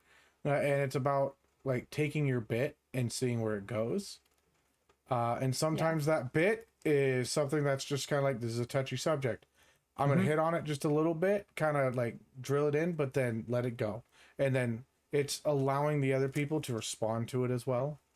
I've also been watching Legend of Adventurous, and they are all, most of them are trained, like to be acting or have done like performative classes and stuff like that. And they talk about it during net games, like, oh, it's just a bit. And so they know, like, they have that thing where if they start going into something, the other ones are going to have their back with it and Is continue Adventurous going. live or recorded? It is live and recorded. It's live. So it's live for streams, but they also record them and post them to YouTube, which I watch them on YouTube. So yeah, well, I'm like at work. I'm currently watching the Witchlight series that they have going, which is phenomenal. It's freaking hilarious. I find myself like just cackling at work. So on that kind of note, and we are getting kind of close to the end. Mhm. We're at like an hour and a half, a little bit over. This is the Monday stream. Dapper D's have a lot of segments that didn't transfer over to a DM's roundtable. Yeah. But there was one segment Yeah. that did. Oh yes.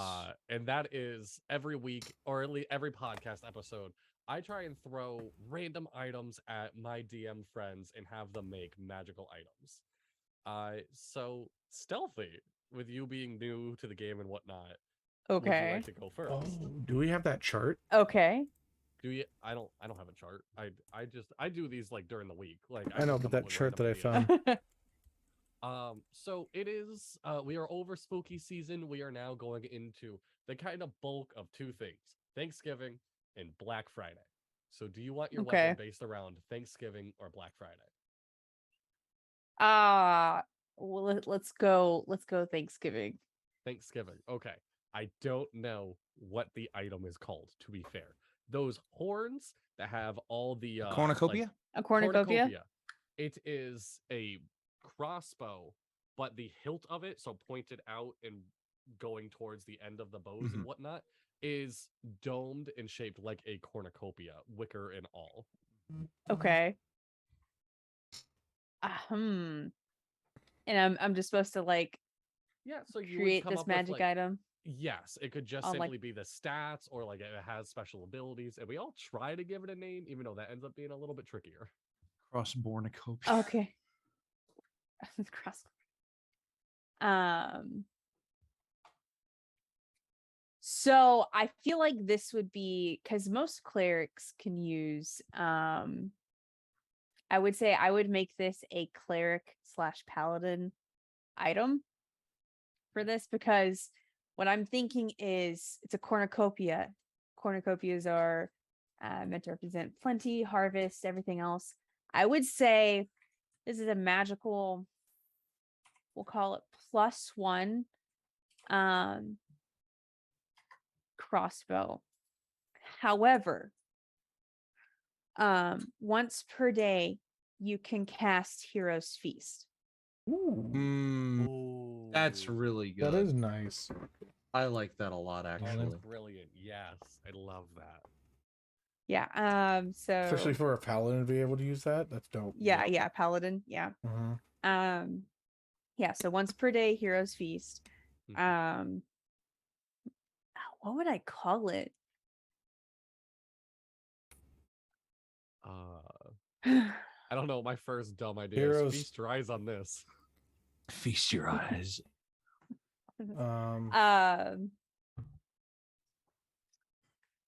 don't know. I don't know. It's a tricky one to name. So, Dippy, you were kind of on the right track with like cornucopia bow, Cross something like- cornucopia. Yeah. Crossbow. Goodness. Because it's a bow Corn a of plenty. crossbow. Because things abound in plenty. It's a bow of plenty. Bow. I do Ooh, I love like that. that. I like it a lot. All right, down with Dippy. Who wants to go next? I'll go. Okay. Okay. Do you want Thanksgiving or Black Friday? See, I almost dislike the idea of Black Friday being a holiday in and of its own right, so I'll go with Thanksgiving. Okay, totally fine with that. So it is. To be fair, I don't count Black Friday as a holiday. It's just the other thing that It's happens an in event. Sure, November. sure. It's an event. It's an event. This is. I Many wrote perished. this down in my notes No. and immediately was like, all right, I have to give this one to Dippy if I get the chance. Oh boy. So like how cranberry sauce, it comes out of the tin, and it's very jiggly and whatnot. Uh-huh. A shield made out of cranberry sauce. Oh gosh. So a shield made out of jellied cranberry sauce? Yep. Yeah. Oh boy. Okay. And to be fair, in my brain, I imagined like it had like the tin from the can in the middle of the shield, so I had some sort of like rugged Oh yeah. surface. Yeah, to yeah, it. yeah, yeah, yeah, yeah. Okay. Okay. Yeah, you get what I No, mean. here's how I imagine this. And I'll run you through just like the little like RP scenario that you would find this in my head. There's basically like this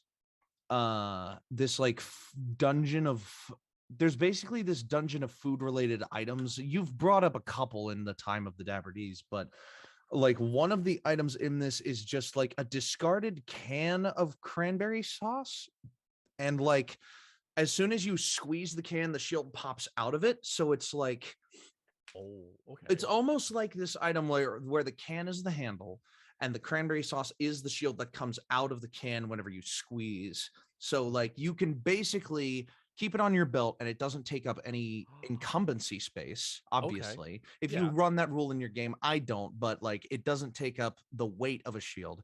It only takes a bonus action to pull up and use, as opposed to like an action to swap hands.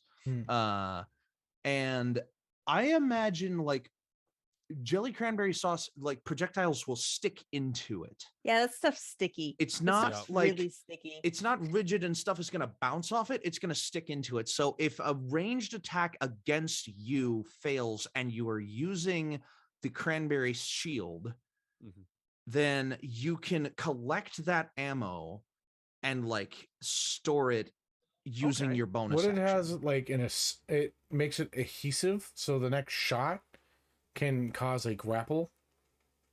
Okay. I would say that It's a like shield. Yeah. I feel like a shield bash. Like if you shield bash somebody with oh it, yeah. It's like a grapple. Like it's like a shoots them- grapple check. It's Yeah, either a if grapple you- or it shoots them yeah. back 10 feet instead of 5. right. Yeah, So yeah. the whole concept here is that this is a legendary item in my head. Yeah, So I was okay. going to get past the ammo collection, Mhm. but you guys basically already stole the words right out of my mouth. Yeah.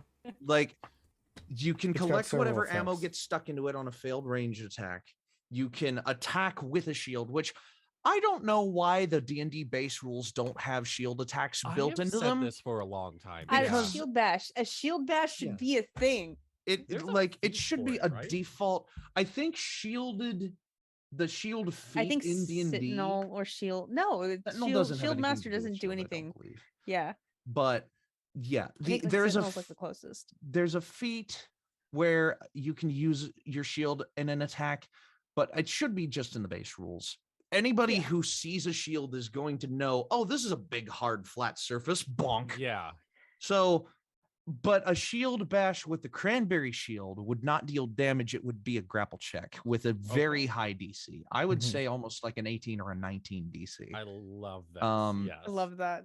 And like, if they make a strength check, if they fail the first strength check, but they succeed on the next one, they rip the shield out of your hand because it's Ooh, stuck okay. to them. Yeah.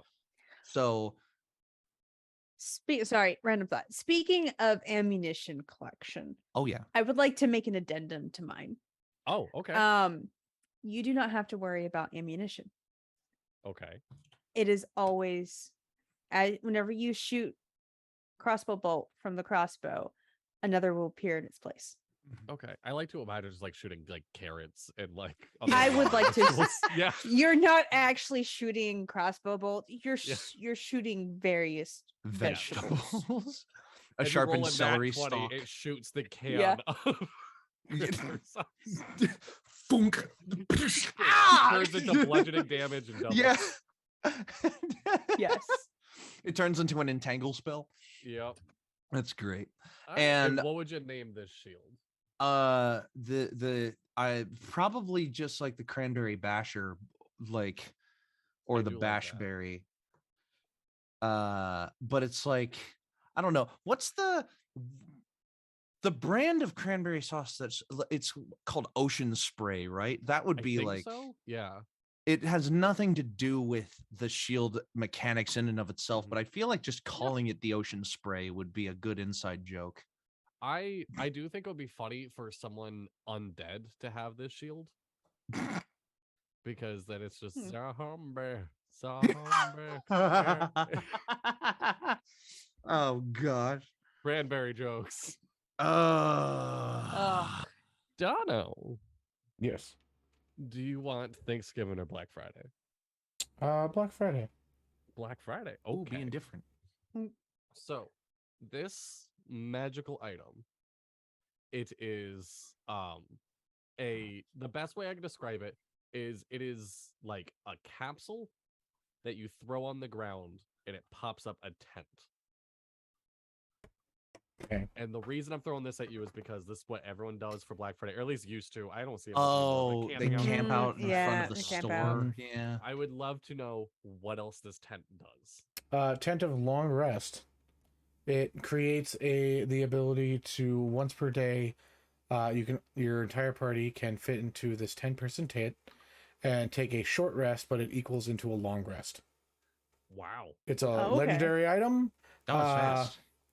It's not also because you're got to get ready for the big fight ahead of you, right? So you come middle of the night, you sleep through it, and now get up and you're waking refreshed and ready to kick some granny's knees in.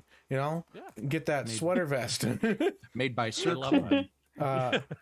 But yeah, that's what I get. Do you want to give me another one? I'm down for a challenge actually right now. Yeah, Yeah. absolutely. So I can't lie. That's the only Black Friday one I had. Black Okay, Friday give me was a hard to Thanksgiving come one. up with. You fool. So Thanksgiving, we can. Oh God, I only prepared 3, and I'm trying to think of other Thanksgiving. I was gonna say like the other Black Friday. Okay, hold one up, would hold be- up, hold I up. imagine a I price have scanner in D&D. I have a random magic item generator. I know. I always For try to go for like, deadly, but- wacky ass shit. Okay. Oh, swear jar. But yeah, I imagine the stores always have like that portable a price price scanner scanner. gun. Yeah. So you just like that scans the barcodes without like it being built into the conveyor belt or whatever. I would love to see one of those in D&D. Yeah, Dono, how about we do a price scanner as well? Okay. The wand of pricing. I was about to say, Basically, would this is a magic item that you can find at a wizard's magic shop. It is homebrew in general, like being that I like the idea that some wizards just make items homebrewed. Like they're just like, oh, I could use this, but I don't really have anything. Like there's nothing. Like there's no. It's their own recipe, Yeah. So it's a homebrew. You won't find it in every magic shop or merchant shop, but it is a wand with a red crystal at the very top of it, and you press the button, and a red light goes off on to it. That is a cone, or a cone of red, and will inform you just how much something is worth that you pointed at. You can point it at up to a 10 by 10 foot area, and you can figure out exactly how much everything that is in that area is worth, which could be used by thieves to be able to figure out how much gold you have on you. What I was just gonna say, what if a player does it on themselves? Mhm. Oh, yes.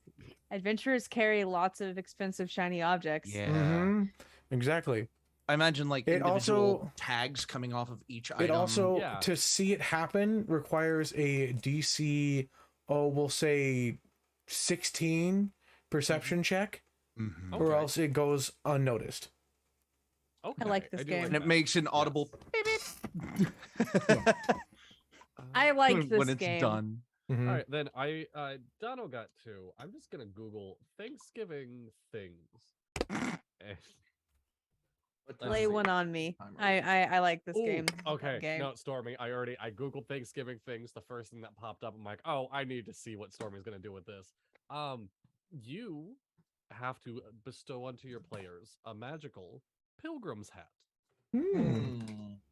Okay. That's it. Just magical pilgrim's Just hat. You can do whatever you want with it. It's a pilgrim's hat. Oh, okay. Hmm. The one with the buckle across it. Yes, Yeah. the buckle on it. Yep. I love this. Okay, a Cursed magic magical item. pilgrim's hat. It's a cursed magic item. Cursed magic. All persuasive checks done to you are with advantage if there's food in front of you. No. Yeah. There you go. Let me think. Let me think this one through here for a second. Well, she's Okay. thinking- Oh, never mind. Okay, I got this. While wearing this hat, you have advantage on persuasion rolls when dealing with local governments. Ooh. Ooh. However, you have disadvantage on persuasion rolls if you are having a meal while if someone offers you food, you will have disadvantage Okay. on persuasion on persuasion checks.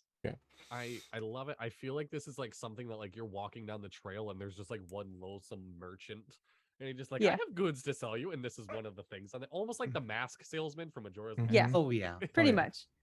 All right. And the last one to throw at Dippy is you know how like pie is cut into like triangles? Mm-hmm. Imagine very tiny slivers, pie throwing darts Oh gosh. or throwing knives. So throwing knives in the form of pie slices. Yes. This one's tricky. Or arrowheads. I guess that would also work if you can put them onto arrows. Go ahead. Yeah. I'm gonna take this as like pie. These are like. I'm gonna take these as pie darts, like the Okay. like the weapon darts in D&D. Yep. Pie darts seem like they would be very comedic, Mhm. but in the terms of Thanksgiving, you're really thinking more of like pumpkin pie, which is not used Yeah. in comedy a lot. But pumpkin pie could be theoretically like I can see these as being like a common magic item where if you land a natural 20 or sorry, if you make an attack against an ally using these pie darts and the attack succeeds, then you just like feed your ally like that piece of pie. I feel like it'd be like good berry pie. Yeah. Oh, that's a great yeah. So it's like so it's basically like a pie that acts like Goodberry that you have to like, hey, think fast, and you attack your ally, and they can either willingly fail or they can either willingly take the attack, or you have to succeed against the attack. And on a success, the pie feeds and fully nourishes them for the equivalent of 24 hours, like a Goodberry does. Okay. Or as a rare magical item, if you roll an attack against an enemy and it succeeds, they can have the sleep spell cast on them. That was exactly where my brain went. Yep. It's Can the end I- of Thanksgiving. Yeah, go for it. I got a freaking so mine is if it's arrows, like arrow tips. Basically each different type of pie slice is a different effect So if you do Some pumpkin damage. pie, you get to add an extra D10, but it's a D10 of bludgeoning because it creates an actual like Oh, pumpkin. It's a hits pumpkin. them. Whole pumpkin. What is it called? The pecan, because Yep. pecans are known to Pecan. work for, or pecan, whatever. I don't give it. it. I don't give a rat's Hey, patootie. chat, all you say right? on there, pecan or pecan pecan? pie. Okay. If you use that nut, then you fire your attack I'm 12, does I'm psychic sorry. damage, extra psychic damage. If it's coconut cream pie, then the enemy that is hit jumps up between. You roll a, let's say like a D6, and that's how many feet that they run, or times 10 is how many feet they throw up into the air, and then fall okay. directly back down. So you have a chance of Love doing like that. fall damage to them. But yeah, I'd have them like all be separate in like different things. Like apple pie is flavor of gravity pie. increases. Here's Aha, my quick aha, pitch. aha. Very funny. Blueberry Um, pie, you cast enlarge reduce, the enlarge half of enlarge reduce. Yep. Yeah. Here's my quick pitch, which That's a is niche they one are- for the audience out there. It's good reference. It's It a is. good They one. are throwing darts that on a successful hit, they morph into a full pie that gets whacked right in the opponent's Right in the face. And Oh. I instead love of that. doing damage, they have to roll a wisdom saving throw that is 10 plus the amount of people that saw them get pied in the face. On a Oh. failure, they leave embarrassed. Okay. Oh, You could also just I have like it that. be blinding, you know. I mean, yeah. that's And then they have that's to So if take an so if then you they have to did this take in an a action crowd to of- clean the pie off their Yeah, face to be if you- able to If be you seen. did that did in a it- crowd of more than 10 people, then they would then the DC Yeah. would be 20. Exactly. Maybe Exactly. 8 plus the Gosh. amount of people. But yeah, something along those mechanics would be Yeah. It's like you're at the fair and it's just like you Yup. out of here. Okay. Just freaking one. Set an impossible DC in a crowd of people. They roll on that Right? 20. It's like that's rude. Yeah. So you But guys also, how scary would that be? Oh, The big yeah. Bad like rolls a nat 20 in front of like thousands of people, wipes the Mhm. pie out of his eyes. You really think you can stop me with some pie? Is that Oh. what- like, oh, Ah. yes. it's like, well, and if they succeed, it doesn't work again on them. Oh yeah, if they Mm. succeed, they gain health from getting pie in their Pie. mouth. Like they Oh. eat They a gain little like bit of it. 2d6. Yeah, they gain like 2d6 temp hit points. I can just see Big Bad going. That's rather Yeah. good. It's Yeah. like raspberry. Enough, though. Like raspberry, my favorite. favorite. ah, dang it. Jinx! You owe me soda. So No, I don't. my I could do a friends, whole episode my of good this. my good friends are Yes. amazing people in the chat. It's time. Oh It's boy. time. Duel. It's time to spin now. Okay. The wheel of dice boxes. One of our lucky viewers So- that has watched from You got any one of our the 4 updated shows. link, right? Mm-hmm. Okay. Yes, I do have You the got- link. I currently have it pulled Well, up. no, the updated link. Oh, I had Oh, to send you a this new one. one. is it in the chat? Yes. Okay. You know what? For our viewers, give me a second. Chat among yourselves for a second. I should have had this set up beforehand. Okay. But Cool. I'm gonna show the wheel so Ooh, people fun. can see it. Wheel. Okay. Spinny spins. All right, Spin if we're going that to chat amongst wheel. ourselves really quick, it has to be like we'll say like legendary or higher. What is the magic item that's named after you? What Oh. what is the stealthy chaos magic item that you found deep in the tomb, or the Dippy the DM Hmm. magic item you found in the tomb? So Dippy, I looked this up a while ago and I realized that like I was just punching in my username into a bunch of things to realize what would come up if you did punch in my username. And one of the first things that came up is like the fact that a lot of people colloquially call over easy eggs or soft boiled eggs dippy eggs. So my magical item would have to be egg based.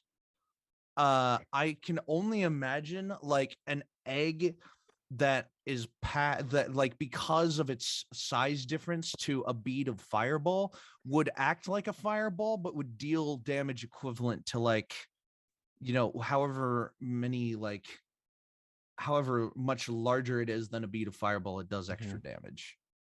Yeah. And instead of fire damage, it's poison damage because it's a dippy egg that's like a little underdone. Little runny. And you like get salmonella. Yeah. It's a Donna, little- we're finishing this question before we move Okay. on, by the way. This is too much fun. Okay. This is too much fun. Suffer So all of you. I am stealthy chaos. So I feel like it has to be a mask or a shroud. Oh, Mhm. okay. Okay. This would be, I think it would be a shroud. It gives you a +5 to all of your stealth checks. Okay, because this is a legend. We're talking Mhm. legendary items here. Okay. Additionally, it allow you to cast once per day greater invisibility. And then it would also, because rogues are rogues and they get expertise in things. At the beginning of each day, you would roll randomly on a table and you get 2 additional expertise in a skill. I love role play and mechanically. That just sounds so much fun. Waking up being like, I guess I'm good at history today. Like, Day. Mhm. oh, I Yeah. love that. Okay, can you imagine the chaos? Because it's like, I might not be able to do this tomorrow. Yeah. So better do it today. How many it's not impulsive decisions would reliable, be but it's made? fun. Yes. Mhm. Oh Yeah. yeah. But then I- you have the consistent of, oh, I get additional +5 and I can cast greater invisibility every day. Like Mhm. that's so Yes. like I love it. Donna, what's Uh, the magical item named after you? You know what? I'm gonna What? play under one of my flaws here, no. but make it fun. So I am a very knowledgeable person. I like to know a lot of things. I get those things slightly often wrong, like a lot, because remembering so many things get jumbled up and mixed. So it's gonna be a clock head that's on a necklace, and it says you're right twice a day. And it has the wish spell put into it. And it has 2 wishes. And you can when you and it works on a condition. On a percentage roll, you can make up anything you want and roll, and if you get under like 20%, it becomes automatically true. It's a clock, so like anything under 24. Yeah. Like, So because you're right twice a day.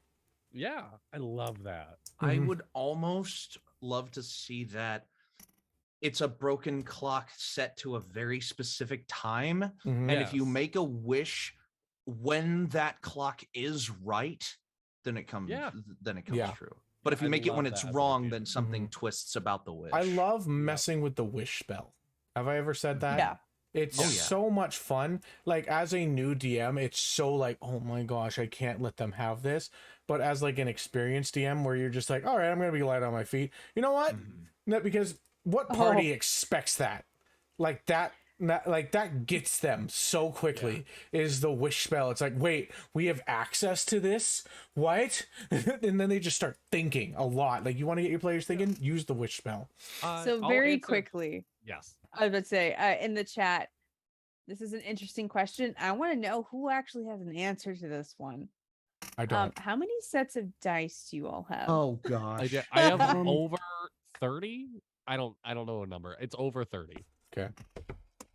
There's 2, 3. So that's 5. I've got 6 Yeah. more in that one.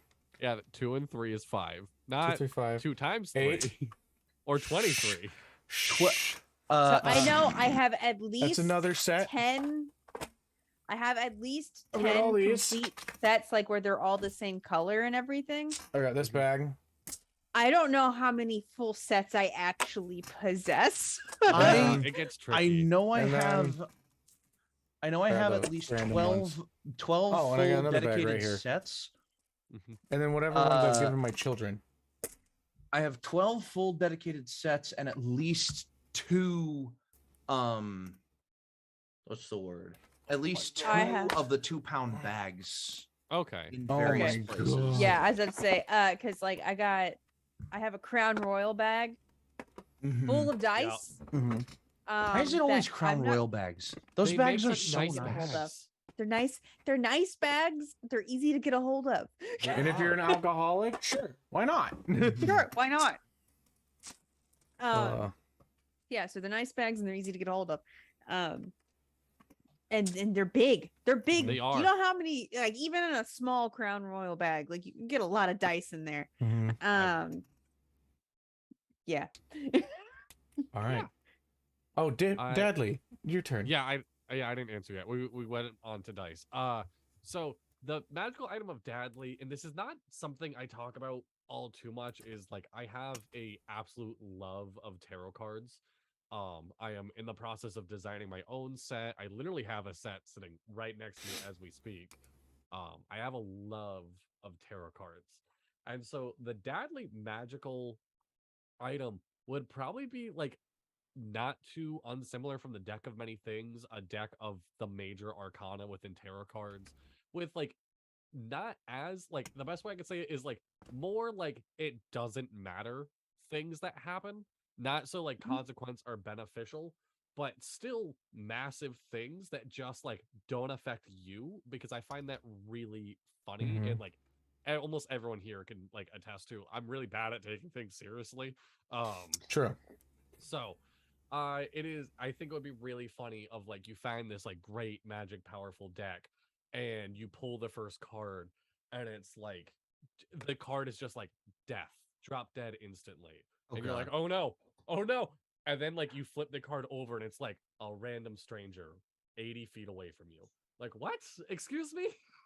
Yeah. It's like weird stuff like that. I think would And be so then fun. Yeah. that random Conditional stranger was somebody. like deck of many Yes. things. Yeah. Yes. So tarot cards, it matters if it's flipped Mhm. towards you or away from you. So that's how Yeah. I would do it. By the, Is that it Oh, would be yeah. When- scary and serious if it's Mhm. towards you. If it's away from you, then it's the silliness of like it has this extra condition. Mm. so Dadley, on that like random, not like somebody randomly dies. Yes.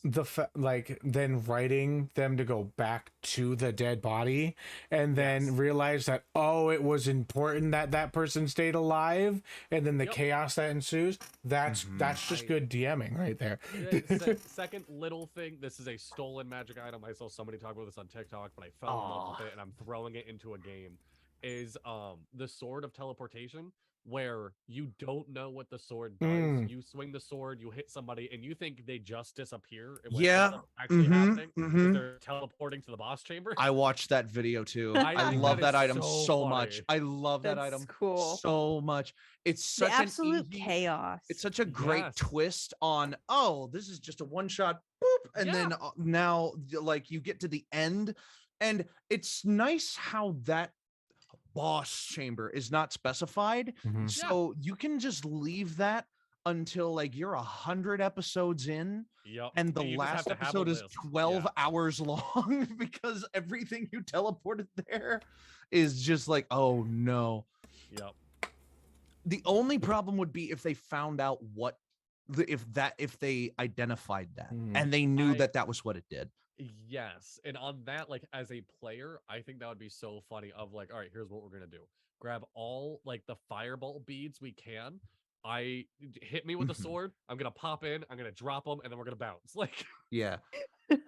I, by the way, have one more question for Okay. us Okay. before we do the wheel spin, and this is kind of mechanically like, do you think the spell identify should have a variant that is greater than like its ooh, base to identify like more powerful items, epic items, like Mhm. cursed items?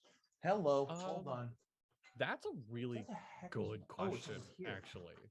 Yeah. Oh my gosh. Hold on a second. Yeah. I have to go. Valet trash. Okay. Anyway, so in my games that I've run, I've always used identify as it's written. Identify just tells you exactly what an item is. Yeah. Like it tells you everything about it. It tells like you basically can take the card for it and read it exactly as it says, and they know Yeah. that. I But- do believe that if you read through raw, identify doesn't identify curses. It does. Yeah, not. exactly. Yeah. Like it Yeah. doesn't identify curses, but it says nothing about identifying legendary item, like Yeah. not being able to identify okay, legendary. there is a spell for that though. It's legend lore. Legend lore has like a different flavor to it though. Mhm. Legend lore is like you learn how this item came to be and Huh. what transpired around this item. What It allegedly doesn't this tell you alleged item is yeah. or does, the Yeah. lore behind it. Yeah. You can mechanically learn it with identify, and then you can RP learn it with legend lore. But I've always been very hesitant for players using identify to identify anything above a rare level magic item, because if they learn what an epic item is or a legendary item is, it's going to be like, oh, well, I'm Yeah. never using anything else for the rest of the game, or oh, all the mystery of this item is gone. By the Like, way, I would be the type of DM to make something that is completely mundane sound like you need to cast legend lore on it and realize it's just like a pencil or something. yeah. Like take So- me getting like basically fooling Farron into thinking that a kazoo is something that's going to kill him. Yeah. And so he's like, I'm away from everyone. I put it to my mouth and blow it. It's like it's a kazoo. Well, it's Yeah. that was one of the I like best that. like funny moments, by the way. Mhm. I feel love like in relation to this, like I feel like identify, like you should be able to identify off the bat, but like for the at least legendary items, like I feel like you need more. Like it doesn't reveal everything right away, like it requires for the research. So I feel Right. like Yep. a higher level identify spell, probably specific. It would have to be. I would give it this to wizards or artificers. Yes. Of like a higher level that's a combined legend lore and identify, so that way you would be able to identify if an item is cursed and the lore behind it, especially like I feel like the slumbering weapons or weapons that are like vestiges where they level Right. up as you go Yep. through the story. Yeah. It'll only tell you about the slumbering version. Like identify will only tell you about the slumbering version. It won't tell you about the next ones through it. So but like I would probably call it a probably like a spell, like a Elucidate. like a illumination, Illumination, yeah. like illumination or something, where like you're like has illuminated text, Yeah. or it's an illuminating text. It's really revealing. So illumination, where you Revelation. get the basically it's combined, but it would be for a very high level artificer or a wizard spell. Yeah, yeah. So in my home games, this is something I kind of already implement, which is identify only like can tell you what you're calling on, if that makes sense. So like wizards, like having access to arcana and like just the raw energy of it. Or like the in being book smart and whatnot, they're not like casting identify in some magical force is like, all right, now here's the magical item. They are just searching through their brain and they're able to pull out the information and they can see the arcana on it and whatnot. As for like if a cleric is casting identify, they only know what their god knows. They only know what like their deity is able Ooh. to tell them and stuff like that. So that's why I'm like I love it as like an RP thing of like I've played in games That's actually where like really smart. I like that. the wizards are constantly like, okay, you know what? We have some downtime. I'm gonna sit and read this book about the area because that is adding to their identify spell. It is adding to their base of knowledge and arcana. And or it gives you more of an RP reason to explore Yes. the history and lore behind the area and the world. Yeah. Because a lot of Absolutely. I feel like sometimes once you get a high enough level, people are like, oh, we're just gonna beat bop over to the big Yeah. bad and go fight this thing. There's no reason for you to dig in. Yep. And that would give you a reason like, oh, I found this item. It's very obviously a magic item into the area. I can't identify this. We can't, so we have to dig into, well, what is it about this thing? Is it unique to the area? Is it, everything? So yeah, which it led to one of my favorite moments with the identify spell of the party was shifted to a plane that none of them have ever experienced before. Very shortly after, they find like a horde of weapons and whatnot, and the wizard is trying to cast Identify, and all he can really grasp is, yeah, there's magic, because he doesn't understand the arcana here, and he doesn't understand the classes Mhm. of magic that they have, and so Right. it goes into, okay, I want to learn about this world too, and like Mhm. that helps Yeah. him back home, and vice versa. So But I very yeah. yeah. All right. I do like the idea with Identify being like it leaves a strand of something. Mhm. Like it's like, oh, this is what it does, but you feel like there might be something more. Yes. Or Yeah. if you were to add to this, it Yeah. has this, like it has something that needs to be added to it, you know, Yeah, or like Like it's even missing. like it's or like pieces even of like something. here's the whole stat block, but you Mhm. know it's redacted. Like Mhm. I also Mhm. I Yeah. also love creating an item that sucks up your Identify spell and tells you, nah, you don't get to figure out what I am. I You've will done never- that to us so many times. I've done it to you I- twice right now, so I will never forget. That's still so many times. My character found a ring of stored magic Mhm. and tried to cast Identify on it, but all he did was put the Identify spell in the ring. Yeah, Mhm. that was that was fun. I liked. I like that. That's Mhm. really fun. Yeah. Well, keeping in this theme of Identify, I feel like legend lore is a highly underused Yeah. spell. I'm gonna be honest, I've Agreed. never even heard of it. Really? I Okay, look- so it's really cool. In my home game currently, I am playing a bard. So my whole job as a bard, because we have all of the melee combatants in the world in my party. We got 2 paladins, we got a hexblade warlock, we got a cleric, a very tanky cleric. Like we have all of the melee fighters. My whole job is to know things. That's my whole job. So legend lore is a cool spell because you can really, it's a spell that's really easy to uniquely flavor to the person that's casting it. So let me pull up the spell I so I love can that the read it. spell Or do you have it? specify. I have it up, yeah. The spell specifies you can cast it on people, which Yeah. that's hysterical to me. Wait, you can cast Identify on people? No, legend lore. Oh, legend lore on. So Name or for describe Okay. a person, place, or object. The spell brings to mind a brief summary of the significant lore about the thing you have named. The lore might consist of current tales, forgotten stories, or even secret lore that has never been widely known. If the thing you named isn't a legendary importance, you gain no information. The information you already have about the thing, the more detailed your information is. So the more you know about it, the more you get, which is a very Yeah. similar what I was just saying with Identify. yeah, which is really cool. So I like it's an underutilized spell because most people aren't. Mhm. It takes time to cast, and most people aren't interested in having something that takes a lot of time to Mhm. cast unless it's like a teleportation circle or something. But what's really cool about this, especially for like my bard character, she casts this, and instead of just like the spell bringing to mind it's in her mind, she enters a library of all of the lore that she's ever read or heard of. And she's able to walk around and like it's basically like her mind palace, right?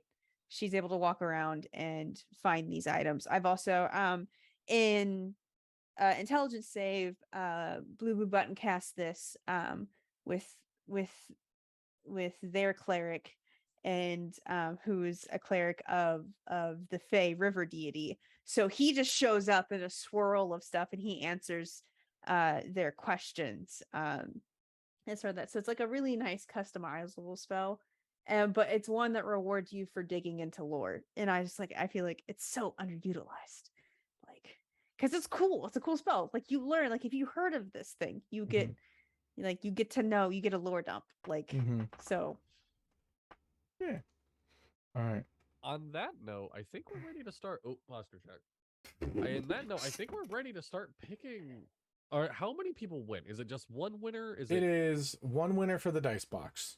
one winner for the dice box? If we had made our goal, which is 1,500, so if anybody wants to, Yes. like, we would have gotten 2 more dice boxes. Granted, what's up there is not the full amount yet because there are those Okay, that we need to gotta pay hide out on their swear jars, and there are those that and Hexwood Games has been taking 10% of every purchase that has been made from the beginning to where we are Now? today.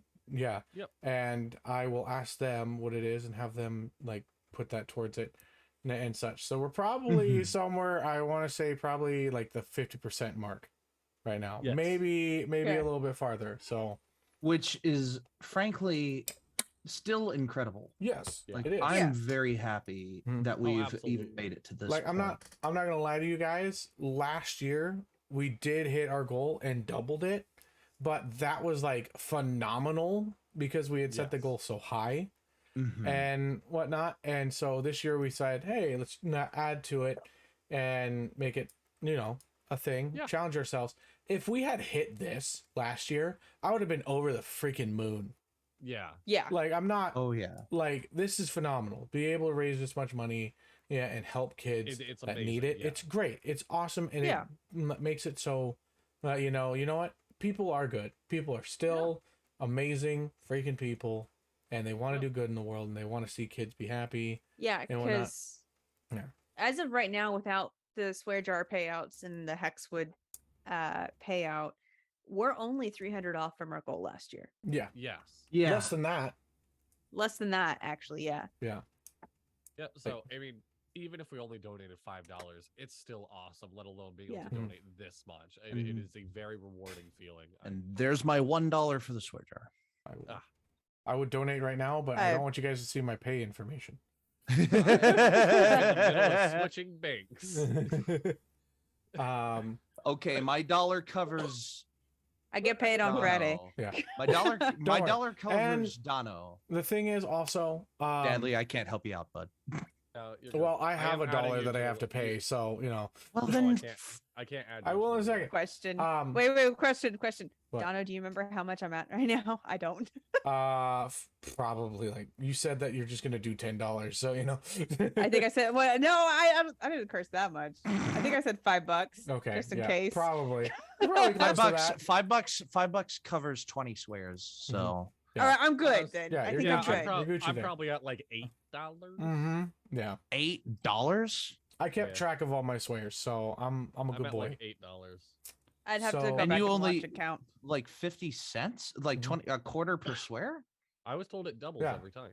No, it's a quarter per swear. No, it's a quarter a I was swear. told it doubles. That was every a time. joke, Who told you Dadley. that? I didn't know you were joking. Dadley, you can't like That was take like- everything so I seriously. felt like that was such an obvious joke. Dippy, don't you insult my man, all right? No, like I heard that All right, too, all and I right, was all like, right, ha all right. ha. All right, Like I didn't let's say roll that, this. but Let's spin this wheel. Let's roll this wheel. Oh boy.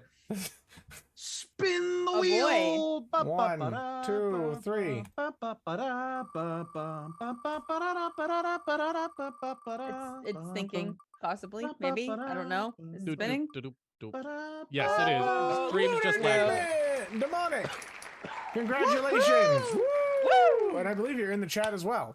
Yeah, they should still be in the chat So, right now. Yeah, been demonic. Yep, right Congrats! there. You're on the screen and everything. Congratulations! You have won a dice box from Hexwood Games. Please message us on our Discord or personally message us here on Twitch. We'll get your information and send it off to Art, and he'll send you that dice box hopefully within the month. So, I didn't specify that there's nobody outside of the U.S. Did I? No. Oh, Luna, you wouldn't be outside the U.S., would you? I think they're in the U.S. Are you in the U.S.? I'm pretty sure they're in the U.S. Please say yes. Please say yes. Yeah, that was really close, Hal, as well. Like, Hal was right underneath of this. I'm Australia. Oh, No. no. Are you We'll in figure it out. Australia though? Are you in Australia? Or I are am you in the Australian. US? Are you in Are Australia? you? Yeah, Australian just means you came from Australia. Does that mean that you're still watching in Australia? Ah. I All am right. googling how much it would cost us to ship there. I'm wondering that too. Mhm. Let's see. Let's see if we can get Awkward this silence. sorted for you. Awkward silence. That's- USPS, Tomato, how much to tomato, ship to tomato. Australia? Could you be in the United States soon? Do you know someone in the United States that could send it to you? Yeah. Do you know someone in the U.S.? Yeah. I can pay for the shipping. I don't care. Okay. I am a dragon. Okay. Okay. Well, then I'll send your information off to Art and explain the situation. So yeah. All right. All right. Alrighty. Hey, Ladies and guys, maybe gentlemen? next year let's specify within the continental You know United what? States, I did a okay? whole stream with Art and he didn't like correct me on He that. didn't so say I anything. completely Yeah. forgot. Okay. Yeah. Listen, I've had Let's so fix many. it there. Don't get off my butt. I have been having so many conversations with people. I can't remember everything. Next year, it's going to be me and Ace tackling this thing. And you know what? We're going to kick some butt. Woohoo! So, But on that Ace, note, but with Ace, that, help us. We Yeah. miss you. We can't do this without you, apparently. get out of the mouse's grip. But for that, till next time, your adventure matters, you guys. We'll see you next year. Roll your initiative. and stay Goodbye. dapper. Stay dapper. Bye-bye. Bye-bye.